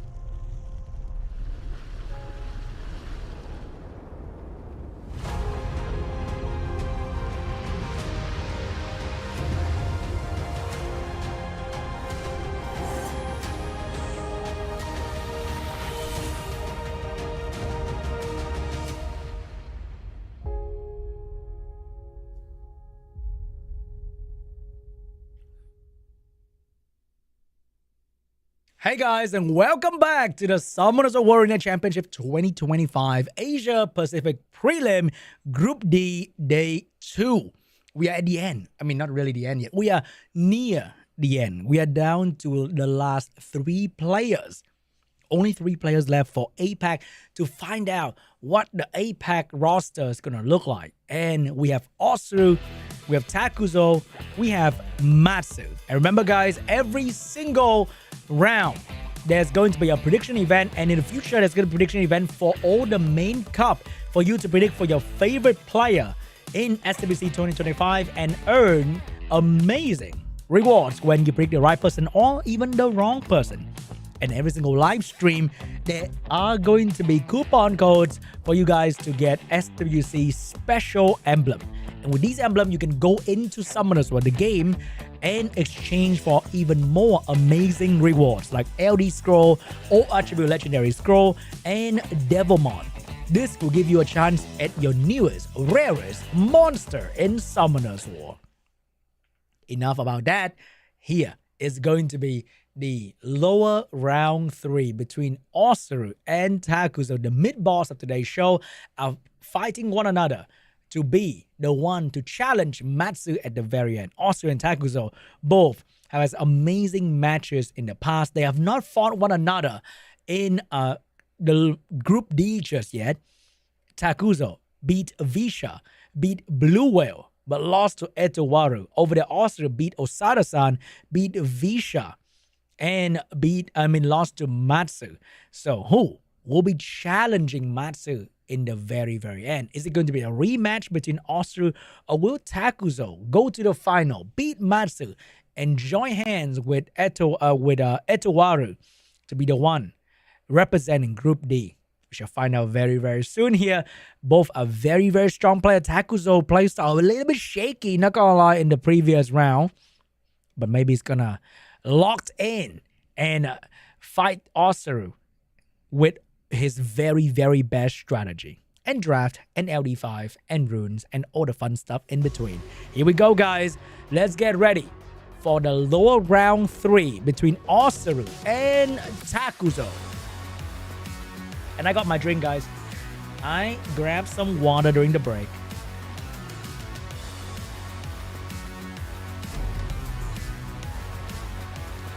The pre-ban will be the Light Unicorn and the Fire Bayak. First pick will be for Takuzo. How is he going to lead this game with the first pick? Is it going to be Heigang? Is it going to be Speed Lead? Is it going to be Ciara? It's going to be Ciara for Takuzo. And over there immediately will be the Oliver for OSSERU. But is he going with Jogun, Shiho, Heigang? Which way will he lead his battle with the Oliver? OSSERU still deciding what kind of starter starter monster that he wants to go with. It's going to be the Oliver and the Jogun for OSSERU. And over there for Takuzo, it will be the Shiho and the Shizuka. Now, is it going to be the answer for OSSERU here? Is it going to be the Cigar? Is it going to be the Juno? It's going to be the Juno for OSSERU to deal with the buff coming out of Takuzo. And lastly, will be the Ethna. Oh, no fire. Ethna's going to be great. That is always the case. Ethna is always unstoppable when you don't have a fire unit on the enemy team. And the fire unit immediately showed up to scare the Ethna a little bit with the Masha right there. But is it going to be enough? Is it going to be a Fire Megumi? It's going to be a Fire Megumi last pick to deal with the Ethna as well. Maybe that Ethna is a little bit too early. Maybe you should wait until the end to draft that Ethna in. Last pick for OSSERU. Which one is it going to be? Which one are we banning? Are we banning the Ciara, picking a strong water to deal with this Masha and Fire Megumi? Or are we banning out a Shizuka and pick an Annabelle, for example, to slow them down, provide some healing for the team? Which one is it going to be for OSSERU? It will be the Layla for the last pick. Very interesting. Out of all the elements, Layla is going to be the last pick right there. But if the Layla start going crazy, she is also very unstoppable. So I think one of the bans is going to be on the fire unit. Masha we ban, Juno we ban, so Takuzo can start putting out some debuff if he managed to get a turn. Here we go, guys. First turn belongs to the Ethna this time around, but there's a Fire Megumi waiting for this Ethna to take that turn. Ethna, she's gonna go for the skill 2 regardless of the Fire Megumi, and she's gonna eat that stun. Shiho is not gonna get the turn because of the defense break, allowing the Layla. Oh my god! That Layla! Look at the effectiveness of this unit. AoE slow, silent, strip, stun, let it everything. Wow. Incredible turn from the Layla. And Oliver's gonna get an easy pushback onto... Oh, that's bad. That is bad. OSSERU suddenly on the back seat once again. Ciara woke up, chose to bomb the Ethna, get rid of the Ethna immediately. And the reset missed the Shizuka. So this time bomb is taking on the Shizuka. He got to stop this monster. But can he do it? Ciara getting another turn bomb ready for the next turn. Shizuka finally getting reset. Shio getting a turn as well, but with a glancing hit, he won't be able to land the stun on the wind unit. Layla, once again, here we go. Layla with the AoE debuff, but no silence onto the Shiho or the Shizuka. Shizuka got reset though, so maybe it's not too scary. Shio's about to go down here if Oliver get a turn, but remember, Ciara could be the one to turn the game around as well. Here we go. Ciara getting a turn. Ciara doesn't get it. Shizuka getting a turn. So scary. But he didn't get it on a Shizuka as well. Oliver, another reset, took down the Shiho. But Megumi is going to go for the stun. Oh my god. Fire Megumi missed the stun onto the Oliver. That is looking really bad for Takuzo, losing the Fire Megumi to again despair stun on the Ciara. Shizuka losing the attack bar. This might be it. OSSERU almost lost the game right there, but once again managed to turn the game around. Oh, wait, hold up. Ciara getting a turn. Ciara dropping the bomb onto the Layla. Layla is going to try to stop the Ciara from moving. Oliver doesn't have skill. Ciara might be getting this turn here. Ciara's going to go down, but the Layla is about to go down. Hold up. This Shizuka is smelling dangerously right now. Shizuka, take down the Layla. But the Jogun is going to take down... Oh, the Jogun fell! Oh my god! Takuzo survived the damage. And now he will be the one to take this game. OSSERU is going to lose the first game. Oh my god! Unbelievable turn of events for Takuzo right there. Ciara saved the day twice.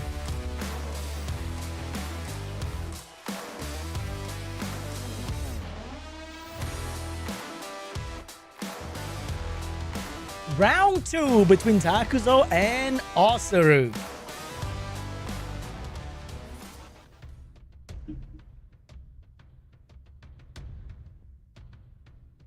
Man, that was a lot of flipping. Okay, that was a whole lot of flipping. But round 2. Let's see what's going to happen here. Last round pre-ban was the Eleanor and the Fire Bayak. Are we seeing a Layla pre-ban finally at some point of the game? We will have the Hey Gang. We will have the Vanessa pre-ban. First pick for OSSERU. Which color is it going to be, guys? Let's make a quick bet. Oh, I was about to say yellow, but I lost right there. It's going to be the Jogun first pick for OSSERU. Over there, Takuzo could go for the Ciara Shiho. No more Heiga on the field. That strip's going to be very effective, but he's going to go for a Ciara Fire Bayak instead. So the answer is going to be the Oliver. But there's no stun for the Josephine to make sense yet. It might be a Shiho early pick here coming out from OSSERU. Is it going to be Shiho? Is it going to be an LD5? It might be the Layla once again. Which one is it going to be for OSSERU? It will be the Annabelle instead for OSSERU in the mid pick to provide the AoE defense break and a lot of healing for the team. So how Takuzo do this is going to go with the outspeed, seeing that also doesn't have any high base speed unit. He locked in the Yonhong to give the speed threat to himself so that he could push out outspeed OSSERU and try to one-shot a unit. And we have the Light Unicorn, because Light Unicorn is just beautiful orangey when it happens for you. But it could also not do anything at all. Dark Demon getting picked up by OSSERU right there. No reset cooldown time from Takuzo. Very good last pick right there from OSSERU with the Laura as well. Double Okauga action. If Takuzo picked Nikki right here, I'll just start bursting out laughing. Okay? I'm gonna stop talking for like 10 seconds to start laughing if he picked Nikki right now. Please don't do that. Okay? Here comes Takuzo with the last pick right there. Which one is it going to be for Takuzo? It will be the Fire one-shot unit. What's the name again? For the Rika. And the ban will be on the LD5. Yonhong's gonna go out. Dark Demon is gonna go out. Here we go, guys. Speed lead for both sides. We have Jogun leading the turn for OSSERU. But Laura is going to take that first turn. Will he do it, though? He will not do it. He's scared of the one-shot unit on Nemtrap cut. Oh, the Jogun fumbled the bag. He missed 2 units. He missed a chance to reset the immunity unit and reset the one-shot unit. And now Oliver going to go in and reset the Ciara instead. But that also means immunity is going to come out. And that might be bad news for OSSERU.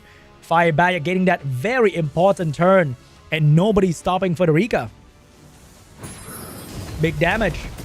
Very big damage. Oliver cannot reach anyone else but the Fireball. Cannot really use the big skill on anyone else important. Gotta save it for later. And here's the damage.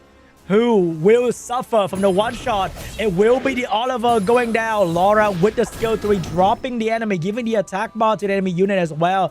Scroll trap ready to go. Could be onto the horse, take away the immunity forever. It will be on the unicorn, taking away the immunity buff. But how long can he keep this up? Here comes Annabelle. She needs that skill 3 right now, but she doesn't have it anymore. Oh, that sleep is beautiful. She get another turn. She's closer to skill 3 once again. But no more sleep after this. Puerto Rico is about to go down. But one last hit onto the Laura. Couldn't do enough damage right there, unfortunately. Maybe Laura, maybe Annabelle. The control is coming. Not a single stun from the Laura. That is very rare to see. But Annabelle is here. Annabelle's about to take that turn. Here we go. Annabelle, no proc. Ciara with the bomb. Not quite yet. And here comes the Fireball with the silence. Gonna be onto the Laura. Immunity's back online with the unicorn. But Jogun is about to get that strip ready to go as well. He needs to stun that Jogun, but he's going to try to go for the Annabelle right there. He's going to transform back into the unicorn to get the heal. Jogun with the strip. Oh, Jogun fumbled the bag twice this game. Annabelle once again. Awkward position, cannot really do much. And bomb coming out from Ciara. This is going to hurt a whole lot. Here comes the bomb. Very good damage. Here comes the follow-up damage as well. And the fire Bayak can easily change target to the Jogun. Jogun taking the damage. And Laura is going to go down. Jogun put the horse back into the painting. But is that going to be enough? Here comes the very good turn from the Annabelle. This is the opportunity for OSSERU to turn the game around. Annabelle needs to start performing right now. This very small window, but she can't do much besides healing. Here comes bomb. Right after she used the cleanse. She can't cleanse this bomb anymore. Jogun with the strip. Can he do it? Jogun with the strip, but who's going to follow up? Annabelle. No extra turn. Fire Bayak with the skill 2. Going straight into the Annabelle, taking so much damage, and the unicorn is gonna transform again. I think this might be GG. That bomb is definitely gonna take down the Annabelle, and Takuzo would take game 2.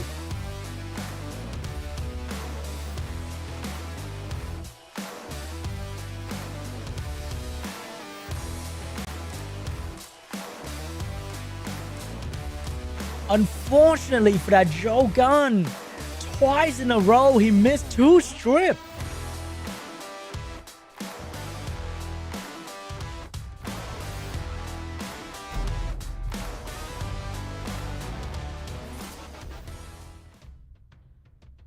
Game 3 between Takuzo. Is this the final game between OSSERU and Takuzo? It could be. It could also be OSSERU winning 3 games in a row. You never know. This is Summoners of Sky Arena, baby. And first pick will be Takuzo. We have the Fire Bayak and the Light Unicorn pre-bat. All of our first pick for Takuzo. Sierra Joe Gun getting picked up by OSSERU. Sierra finally landed on OSSERU's team. Takuzo losing the Sierra that kind of did a lot of work for him, but he's going to get that 0-2. He's going to get that Yonhong for the turn 1 aggression. How will OSSERU deal with this? It's looking like Takuzo wants the turn 1. He wants to kill something quickly. OSSERU. Are we seeing a Hey Gang? Are we seeing Fire Megumi, Shiho? Are we trying to cut in between this Yonhong turn 1? It will be the Fire Megumi getting picked up by OSSERU here. And the 4th pick will be... Oh my god! We got a Diana getting picked up by OSSERU.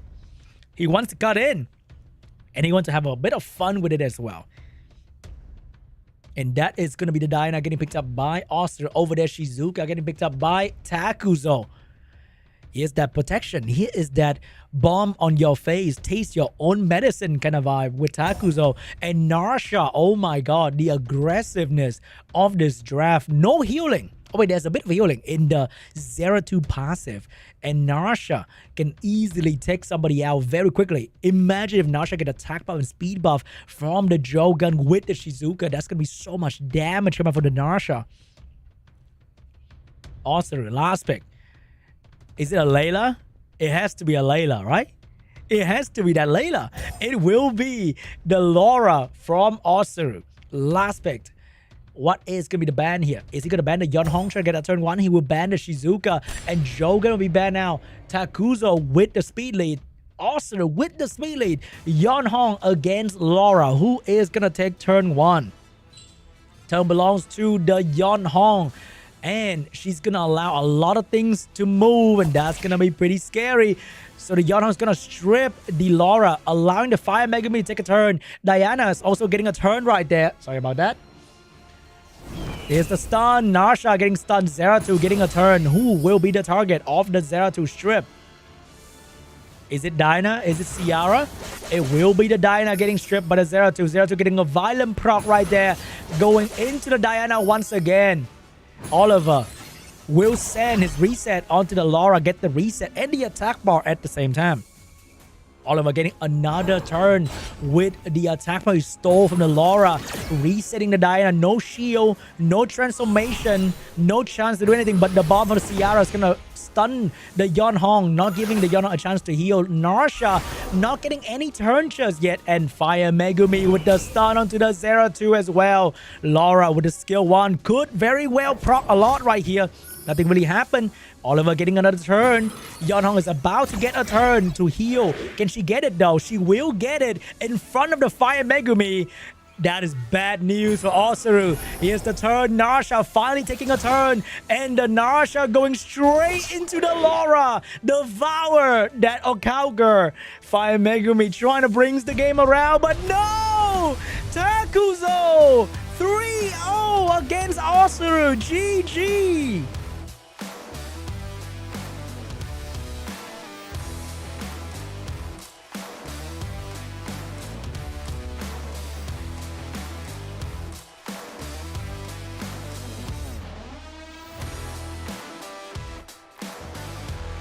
Wow. 3-0. 3-0. Just like yesterday. Complete domination. One-sided gaming. And Takuzo will be going into the final and battle the final boss of today. MATSU, who's been waiting patiently since the very start. I wonder who's gonna be the winner. Is it gonna be another 3-0? Is it gonna be a 5-game? We got so many 5-game in a row just for Takuzo to completely shut down OSSERU. 3-0. That's pretty tough right there for Group D. And we don't need another break, guys. There's gonna be no break before the final. We're gonna show you guys the result and we're gonna go straight into the final.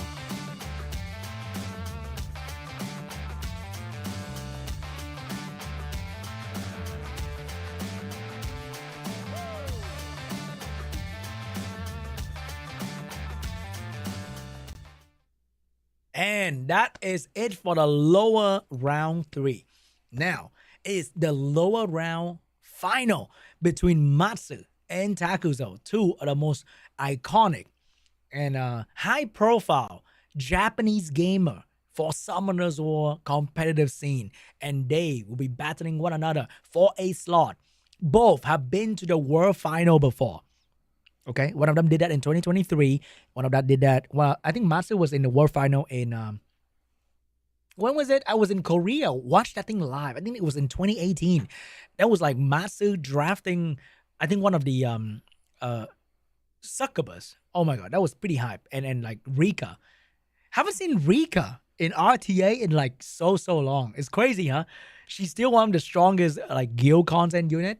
Like back then, Matsu drafting Rika and Wusa, and it was like, wow, it shook the entire world kind of thing, you know? Back in 2018. Good old days, yeah? I watched that thing live with Matsu right in front of me. It's pretty crazy.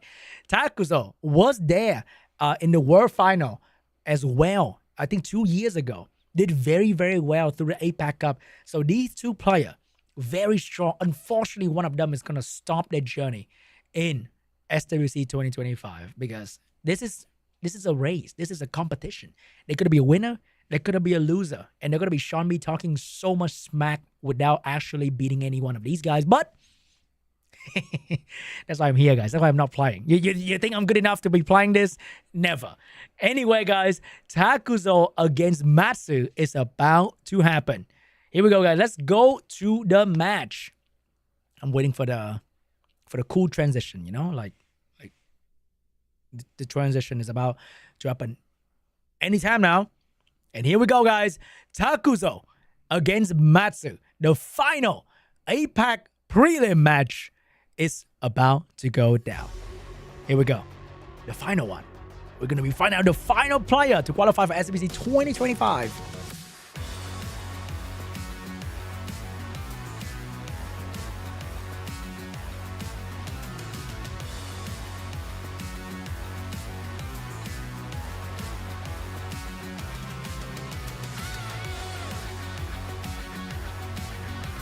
And the pre-ban for these two players will be the Zera2 and the Yon Hong. Both really enjoy these units. Both from the same guild. I can see from the logo right there. First pick for Matsu will be the Oliver. Takuzo first pick will be Ciara. Maybe the Shio. Maybe the Fire Bayak. Could go either way. Matsu is a very flexible player in 2025. He could play turn 1, turn 2, CC, counter CC, bruiser, snipe, whichever way you want. He can do it. And over there, it's going to be the Ciara and the Ashawa first pick for Takuzo. What's it going to be for Matsu? How's he going to counter this? Are we picking up the Shiho early on? We know that the Light Unicorn might be coming. So that's going to be quite a problem if you want to take it Bruiser. But Jogan and Shiho will be the play for Matsu. From yesterday, that Jogan is on a Despair build. I wonder if it's still going to be on the Despair build today. But that is a Jogan. That is a Shiho getting picked up. What if that Shiho is going to be on a Violent build as well? That could be really crazy. Over there, we've got Josephine and Shizuka getting picked up by Takuzo, going for the turn 2 playstyle. So Matsu could either go for another AoE strip into another AoE follow-up, or he could go for single target, but he's going to go for another AoE strip, and that's going to be the Layla. What will be the AoE finisher from Matsu to abuse the fact that Takuzo is going for the turn 2? And he go for another AoE strip. You can never really go wrong. He saw the Jogan fumble the bag earlier. So he said to himself, you know what? 2 strip? Not enough. Let's make it 3. And double win AoE strip coming out from Matsu in the last pick. Both can provide slow debuff as well. And the last one, Takuzo, will be the Marsha to deal with a double or triple win unit from the side of Matsu. Here we go, guys. Both locked in their draft. And now they're deciding who to ban from each side. So we get the best value out of their draft. This also depends on what they're planning to ban so they can ban the other thing. It goes a lot in the planning. And we got a Jogan ban. We got the Masha ban. Triple win. Can he get the strip through Takuzo? Here we go. First turn is going to belong to the Shiho getting the strip. But remember, Josephine is ready to go as well. He's going to drop it on the Fire Bayak. Josephine activated. Go for the Layla. Get the Violent proc. Shut down the Layla. And that's why we got the third strip, baby. And here is the Wind Twin Angel with the strip into slow debuff. And he's going to land it on everybody. Get a Violent proc as well for the Wind Twin Angel. Is he going to go for the stun? Is he going to save it for later? He's going to go for the skill 1 speed up for the team. Reset from the Oliver. And he is going to put it onto the Shizuka. Ciara have to deal with a full... Oh, Shizuka might get a bomb through the Oliver. He did reset the Ciara. Layla getting that turn. Layla dropping the ghost. Or the bird this time around. Not a single despair stun. A lot of debuff though. Getting another turn right there. Where's she going to put it?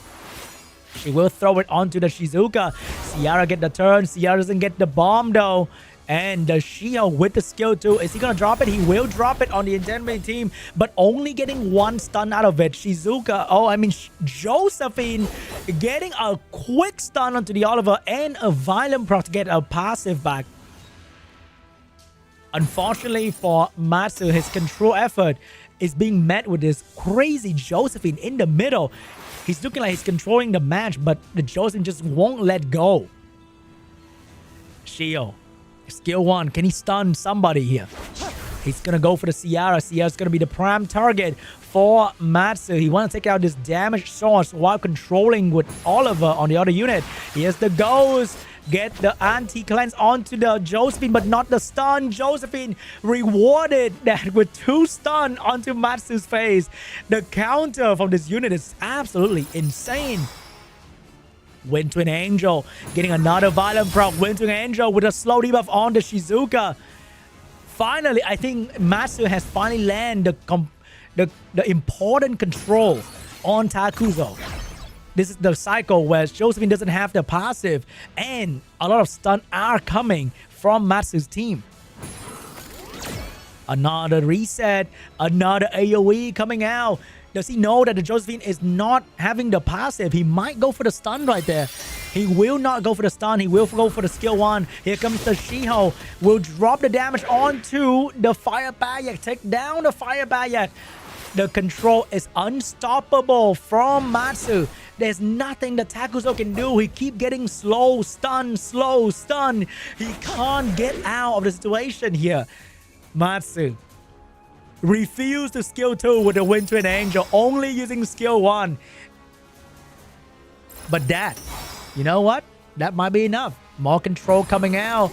Josephine, Shizuka getting a nice little Violent proc, but not a single skill to use. Matsu will take game 1.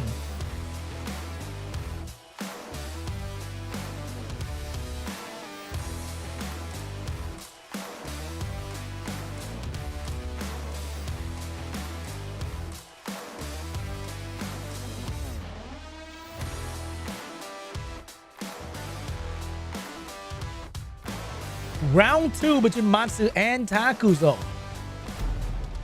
Zera2 once again getting pre-ban, and Laura will get the pre-ban as well. First pick for Takuzo.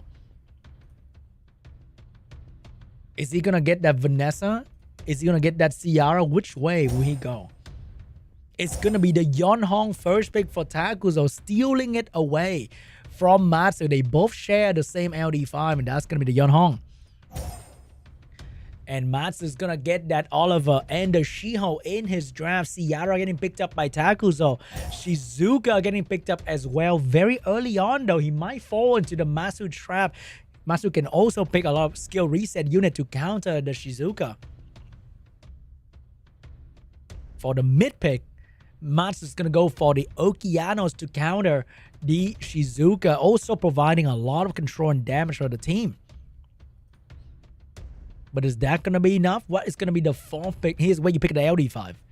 Does he have one? He's going to go for the Layla with absolute domination in the previous round. So much control from one single unit. Last pick for Takuzo. How is it going to deal with the Layla and the Oki? Oh, the Misty. It came out last round yesterday. That was the unit that 1v4 Matsu because he's too focused on control and was too scared to hit the Misty to kill it. And the Misty survived with 1 or like 5% HP for the entire time, completely shutting down the entirety of Matsu. So Matsu's gonna go for the Masha last pick for damage to counter the Misty, and the Juno definitely gonna get banned out though. So I wonder what Matsu's gonna do. Is he gonna ban out the Misty? Is he gonna ban out the Ciara trying to get that turn 1? Because I'm not sure if he has the damage to kill Misty without the Masha. Here we go, guys. Last 5 seconds here. Which way will Matsu go? It will be the Juno ban. He will let the Misty stay. He will give the Ciara Yonhong for Takuzo. He might go first though. He needs to land that stun with the Shiho. Shiho getting the first turn. Can he get the stun onto this Yonhong? He go for it. He get the stun. He gets the attack bar for the Layla. Layla getting that very important turn. Can she do it? She get the silence onto the Shizuka as well. Reset coming out, landed. Oh my god! Matsu getting the important proc. Look at the damage on the Ciara and the Yonhong. They are almost out of commission. And the Misty will get that revenge. That is the thing that scared Matsu since yesterday. The revenge from the Misty. Oh, Shizuka getting that important proc. She get the attack bar. She's about to get a turn in between. If the Shizuka get a turn before the Shiho, this might be very bad for Matsu. Here's the Ghost of Appearance trying to shut down the Shiho. Shizuka with the attack bar steal. Go in front of the Shiho and shut down Matsu. The game has turned around for Takuzo. He's the one in the driver's seat now. Not looking good for Matsu at all because the Misty is ramping up the damage and there's nobody to stop. Here's the healing coming out from the Yonhong as well. What can he do? There's nothing he can do. The Ciara finish off the Shiho. The Ciara's getting a bomb coming out onto the Layla. Takuzo turned the game around with the Shizuka. Nothing that Matsu can do. He's trying to control the enemy now, but it's too late. The moment you fail to control and Misty start going, the game is over for Matsu. There's nothing he could do. Layla's about to go down to the bomb. Okeanos with the reset, but who can he reset that makes a difference anymore? Reset onto the Shizuka. Layla with the skill 1. Landing maybe a stun. No stun from the Shizuka. From the Layla as well. Misty taking enemy down 1 by 1. GG. Takuzo will take game 2.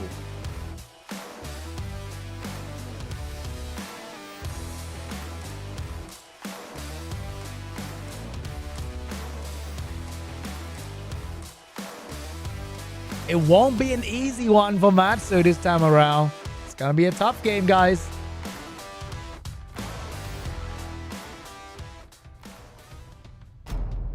Round 3. And the pre-ban will be the 0-2 and the Yonhong.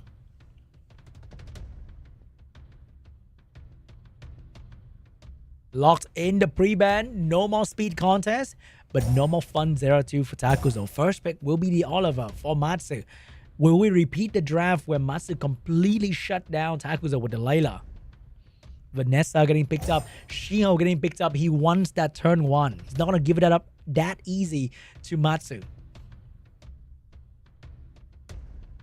So what is he going to do? How is he going to counter this turn 1? It's going to be the turn 2. She's Josephine answer. Maybe the Fire Bayek as well for Matsu. But he could go for... It will be the Fire Bayek for Matsu right there. For the turn 2, Narsha and Unicorn getting picked up by Takuzo. He's going to go for that snipe. If you trying to counter control, I got the damage for you. We might be seeing a Leo pick come out for Matsu here. Do decently well against Shiho and definitely do really well against the Narsha. It's going to be the Shizuka getting picked up by Matsu here. Going to use Takuzo tech against him. But the last pick for Matsu, which one is it going to be? It will be the Laura for the AoE strip and control. But with the light unicorn in the field, it might be a little bit tricky for this Laura.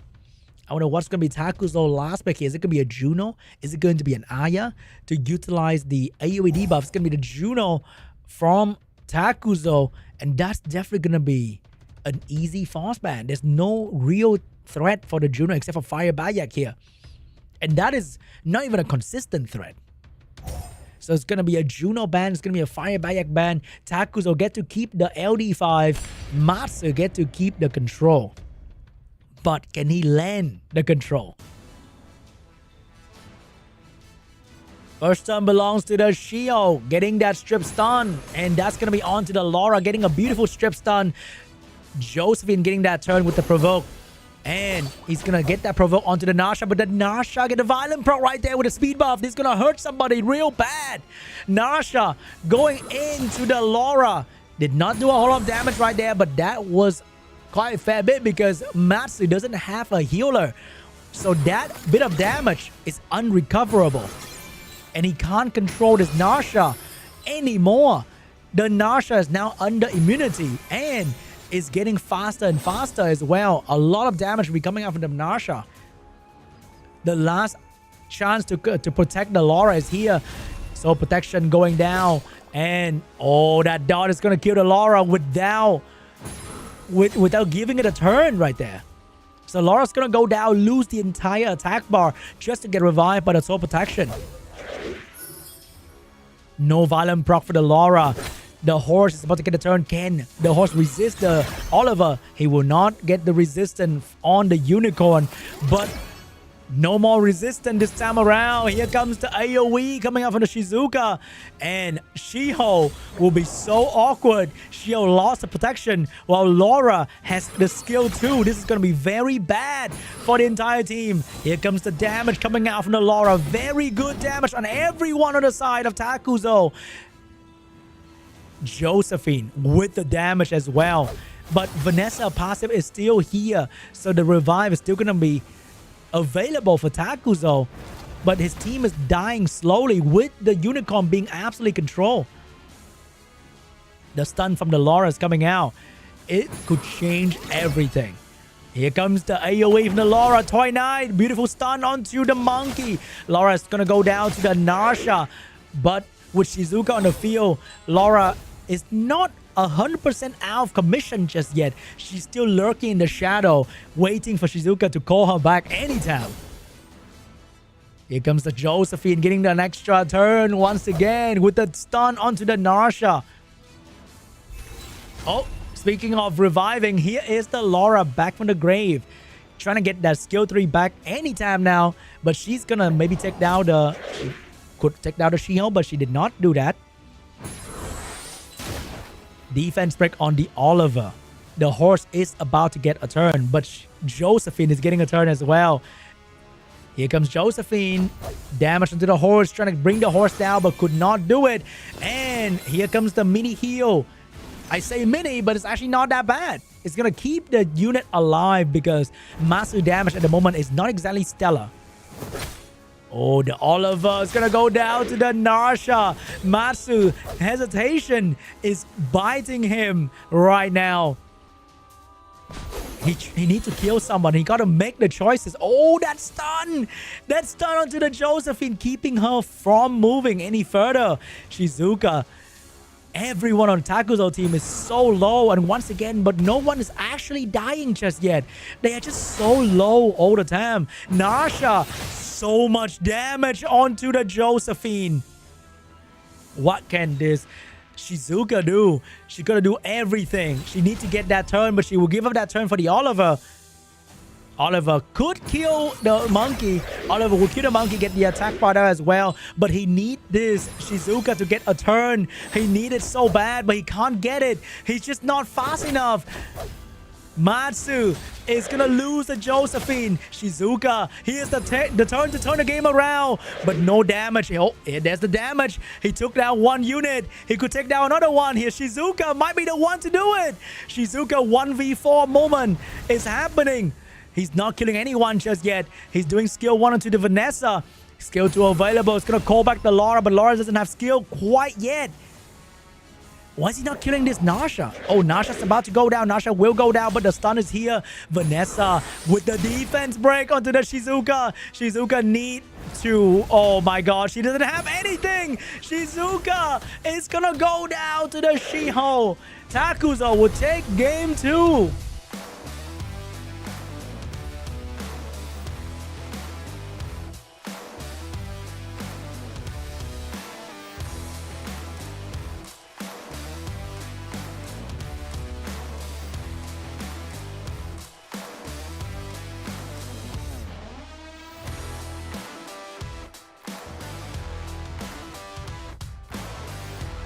Game 4 between Takuzo and Matsu. Is this the final game? It could be the final game. Let's see what Matsu decides to do. He needs to shake things up. But can he do it? Game 4. Pre-ban will be 0-2. Pre-ban will be the Lara. Two very, very strong, impactful unit right there for both players. First pick will be the Yonhong for Takuzo. Over there, Matsu is going to go with the Oliver for first pick and the Joe Gun as well. Takuzo getting the Yonhong. He might be going first. He's going to steal the Shiho as well from Matsu, trying to get that turn 1. Vanessa being drafted. Nasha might be showing up. Shiho might be showing up here for Takuzo. Shio showed up for Takuzo. He wants that turn 1. But how can Matsu deal with this? The Josephine is available. We could go Josephine. We could go Fire Bayak here for the turn 2 position. It's going to be the Shizuka once again for Matsu. No more Lara on the field. What will be the heavy buffer to support this Shizuka?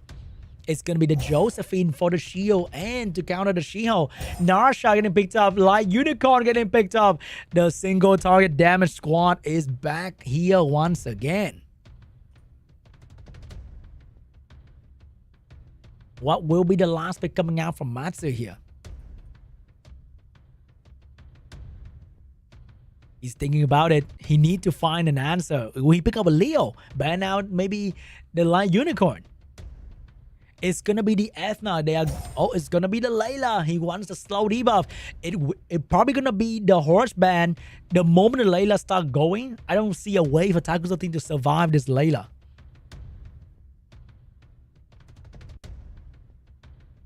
Here we go, guys. Could be the very final game between Takuzo and Matsu. Takuzo is having the lead. He is almost qualified for the APAC Cup, so he can rejoin his friend in the World Final. Layla will be banned. Yonhong will be banned. Takuzo will get to keep the same draft he did earlier with the Narsha, with the Shiho. Is he going to be able to burst through Matsu defense? Here we go. Shiho with the first turn. That is a Despair Max Res Jogun. It is still the Max Res Jogun. It worked for... Unbelievable. I swear, I tried this build, but it just... Oh my god! The Narsha, so fast and furious, took down the Jogun after the Vanessa strip. Wait, Matsu is not that slow, by the way. And that, the entire team move in front of his Jogun. Incredible speed from Takuzo. But the Jogun is gonna come back with the strip or the scroll trap. Jogun getting that turn right there, but which way will he go? He's gonna scroll trap the damage dealer away, but he's gonna go away as well. Stun from the Shiho. Get the Oliver under the stun. The moment Narsha comes out though, it's gonna be bad. It is also a soft protection for the Narsha being in the scroll trap. She's not gonna be affected by all these debuffs. When she comes out, she's gonna start doing damage immediately. Narsha coming back out. Oliver will have to now spend the effort to control the Narsha, but he has to look at the Shiho as well. He could reset the Vanessa and sneak a kill in the Shiho. He will focus the effort on the Shiho. Narsha is about to move and Oliver is looking kind of naked. Shiho comes back with the Vanessa. Narsha getting the turn. The Unicorn get the immunity.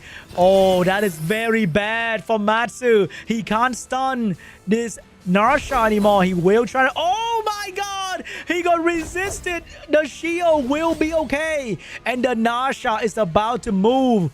Who can stop this Narsha, the Turtle Master? Oh, you know what? That Jogan might save the day. But no despair stun from the Jogan. And Oliver, no skill 3. How can he stop this Narsha? Narsha looking at the Oliver. Take down the Oliver with the Vanessa. Vanessa is about to get the revive back as well. Oh my god, another proc for the Unicorn. He's getting the heal. This very, very small but impactful heal. And that is going to be more damage onto the Shizuka. Narsha is going to be the solo carry. More immunity coming out, but this time the Josephine has to strip. Can he do it onto the Narsha? He can do it. Narsha would not get... Oh, Narsha with the proc! And that, ladies and gentlemen, is GG! Takuzo will be the one to beat Matsu. Congratulations!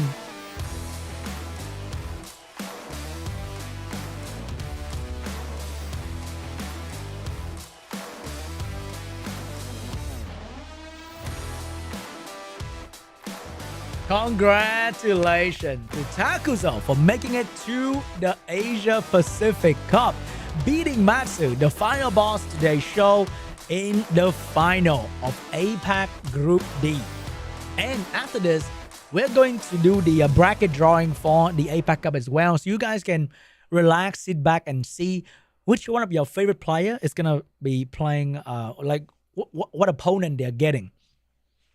So, guys, that was the Asia Pacific Prelim. That just concluded. And here is the result of the final match.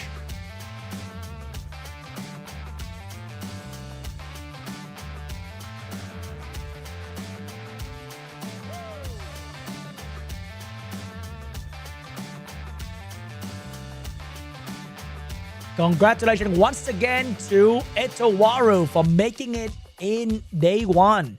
Matsu got defeated in the final. Once again, got defeated in the final by Takuzo. And huge congratulations to Takuzo for making it in day 2.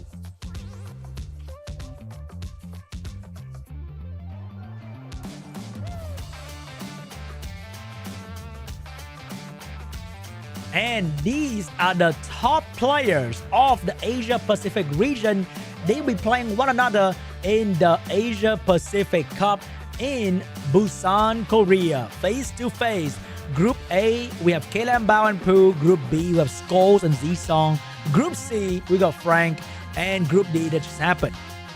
And once again, guys, there's a huge collaboration with Tekken 8 in game right now. So that was SWC2025 today, and join me in the craziest collaboration of the century, SWC2025 X Tekken 8. The second coupon will be released very, very shortly, and we're gonna go for a quick break before we draw the bracket for the Asia Pacific Cup. So, guys, that was an amazing journey with the Asia Pacific region. We get to see so many different kind of play style. We get to see so many different matches, and we get to discover a brand new meta with the Shiho, with the Josephine, with the Jogan. And here is the code for today. I will not attempt to read that, but the code is on the screen. It means let's go APAC Cup Busan. And that's going to be one scroll, one more scroll, and 10 SWC emblem. Guys, we're going to go for a quick break here. And after that, we're going to have the bracket drawing for the Asia Pacific Cup. So, hey, stick around if you want to see who Kaylan Bao is going to fight in the first round, or who Takuzo will be playing in the first round. The stream is not over yet, but we are going to go for a short 10-minute break so the host can prepare for the bracket drawing section. And hey, thank you so much for watching the stream today. Really appreciate it. I know it's like 3 a.m. for some of you guys out there. You'll be like, Sean, can you like shut up for a minute? I know. But hey, thank you so much for watching until now. I'll see you guys here after the short break.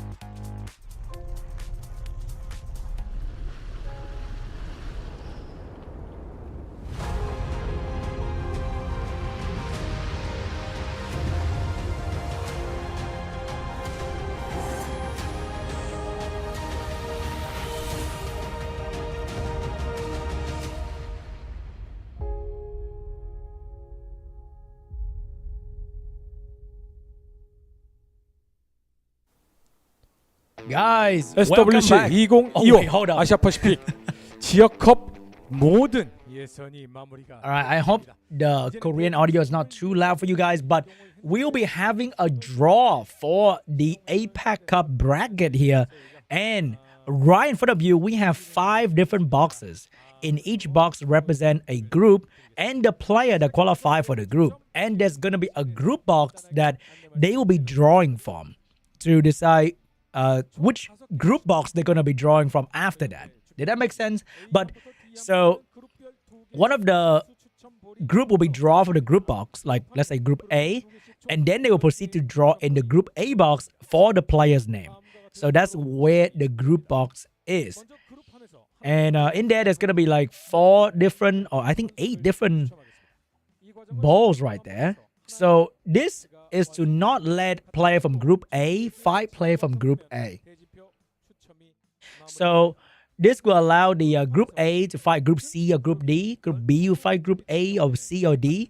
And we will avoid group A fighting group A. So if the hosts draw group A back to back, they'll have to draw again so that group A will fight someone else. That is pretty much the way that we're going to draw the player for the APAC Cup.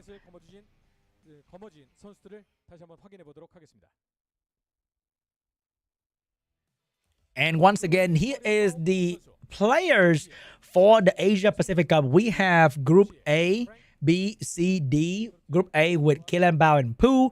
Group B with Sko and Zisong. Group C with Frank and TC. Group D with Etowaru and Takuzo that just concluded today.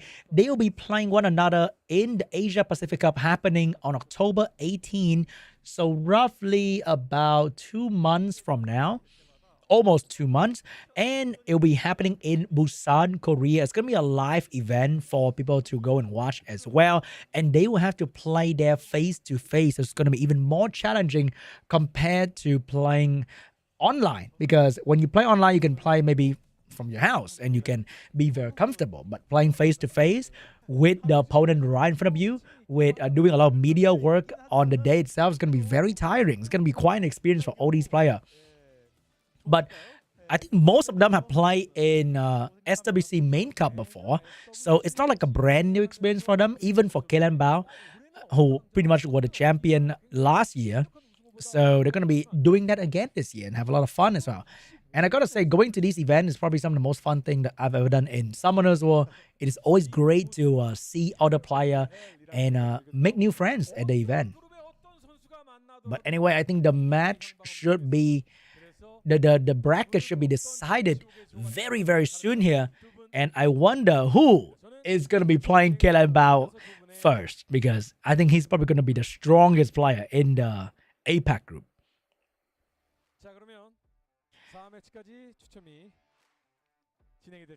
All right, guys, I think we should be drawing for the group right now. The first group that will be drawn is Group A, where Kellen Bao is. Which group is it going to be? It is going to be Group A. Oh, Group A is going to be drawn first. And Group A is going first as well. So in Group A, we have Kellen Bao or Pooh. Two very, very strong players. Pooh was legend player, I think, last season. And Kellen Bao is the ex-world champion. So the first player to start the APAC Cup. Let's see who is going to be. And the very first player is going to be Pooh from Vietnam. Very, very strong player, very iconic, very prolific. Well known in the RTA community, one of the strongest players in the entire game. And let's see who will be fighting Pooh. Which group? Is it B or C or D? If we draw Group A right now, we have to redraw. The second group will be Group B. I think this is the Korea group. All right, guys, let's see which player from Group B will be fighting Pooh in the very first match here. From Group B, the first player for the very first matchup of the quarterfinal shall be Skulls from Korea. And that will be the very first game for the quarterfinal of the APAC Cup. Pooh and Skull.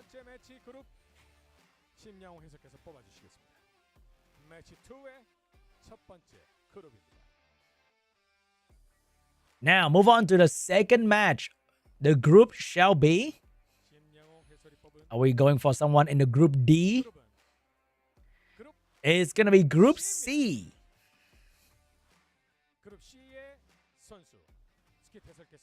So who from Group C will be playing in the second match? Is it Frank? Is it TC?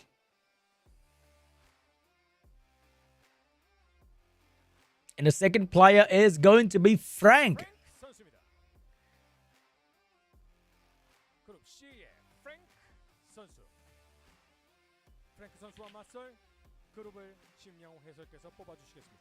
And now we're going to try to find out who will be fighting Frank. If he draws Group C, we have to redraw. It might be someone from Group A. Oh, he draw Group C. Unfortunately, we have to redraw this one until we find a different person. A different group, pretty much.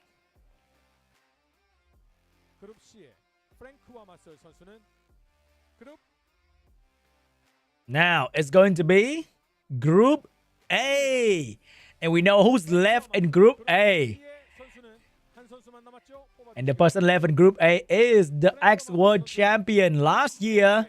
The one and only, the legendary, the myth, the Kalen Bao. He'll be fighting Frank in the second round.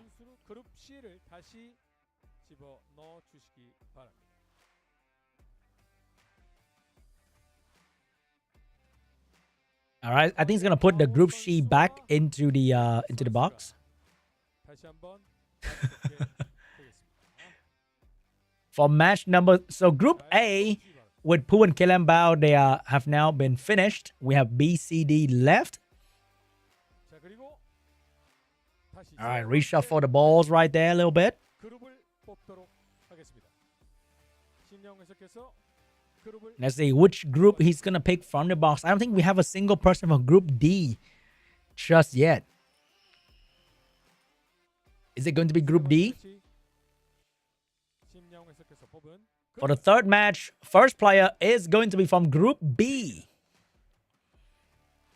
그룹 B I think the second player from Group B is Ji Song 한 선수가 남았죠. from Korea.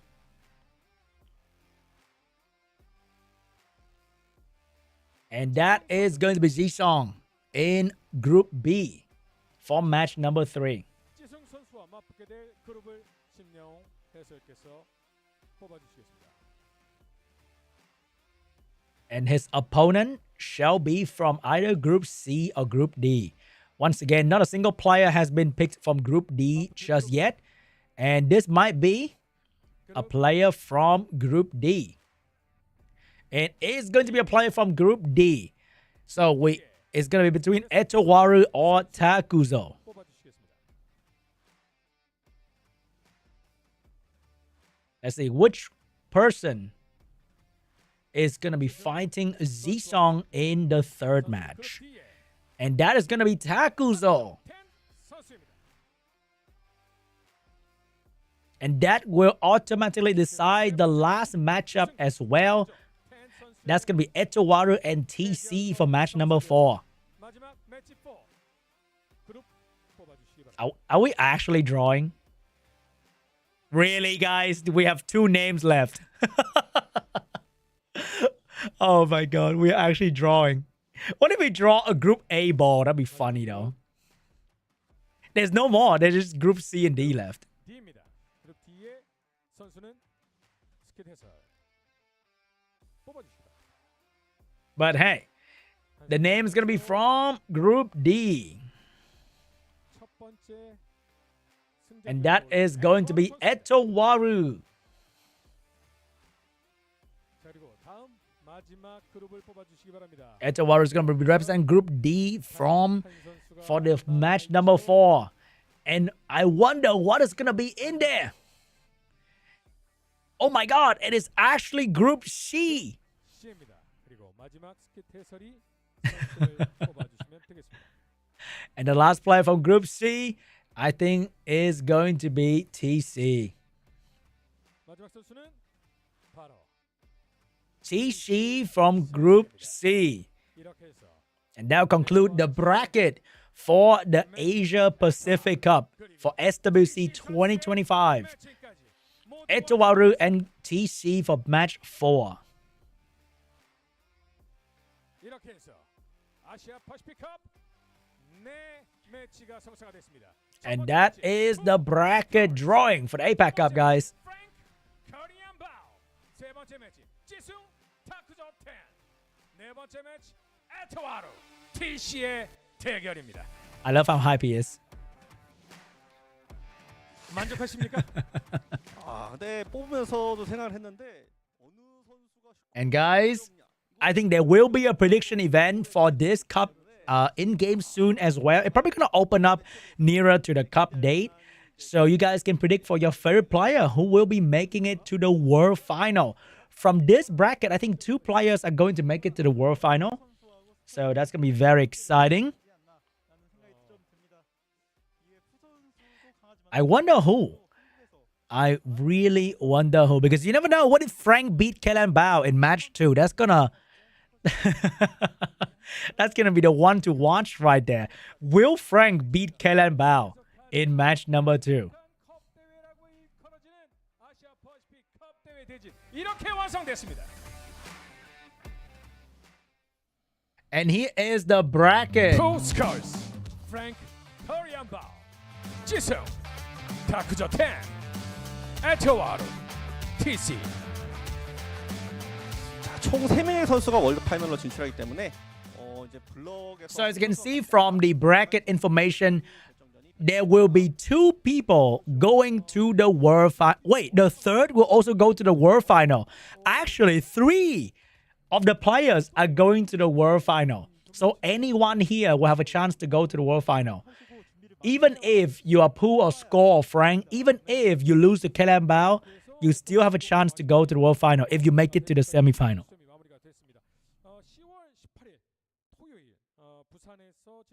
And the event will be happening in Busan, Korea. A live event. Very, very cool. Wish I'm going to be there. But I think we're going to be having a very fun time watching the live stream for the event as well. So definitely stay subscribed to the Summoners Esports channel so you don't miss out the live stream for the Asia Pacific Cup happening in October. And remember, every single stream, there will be a coupon code. And the big ones are always in the main cup.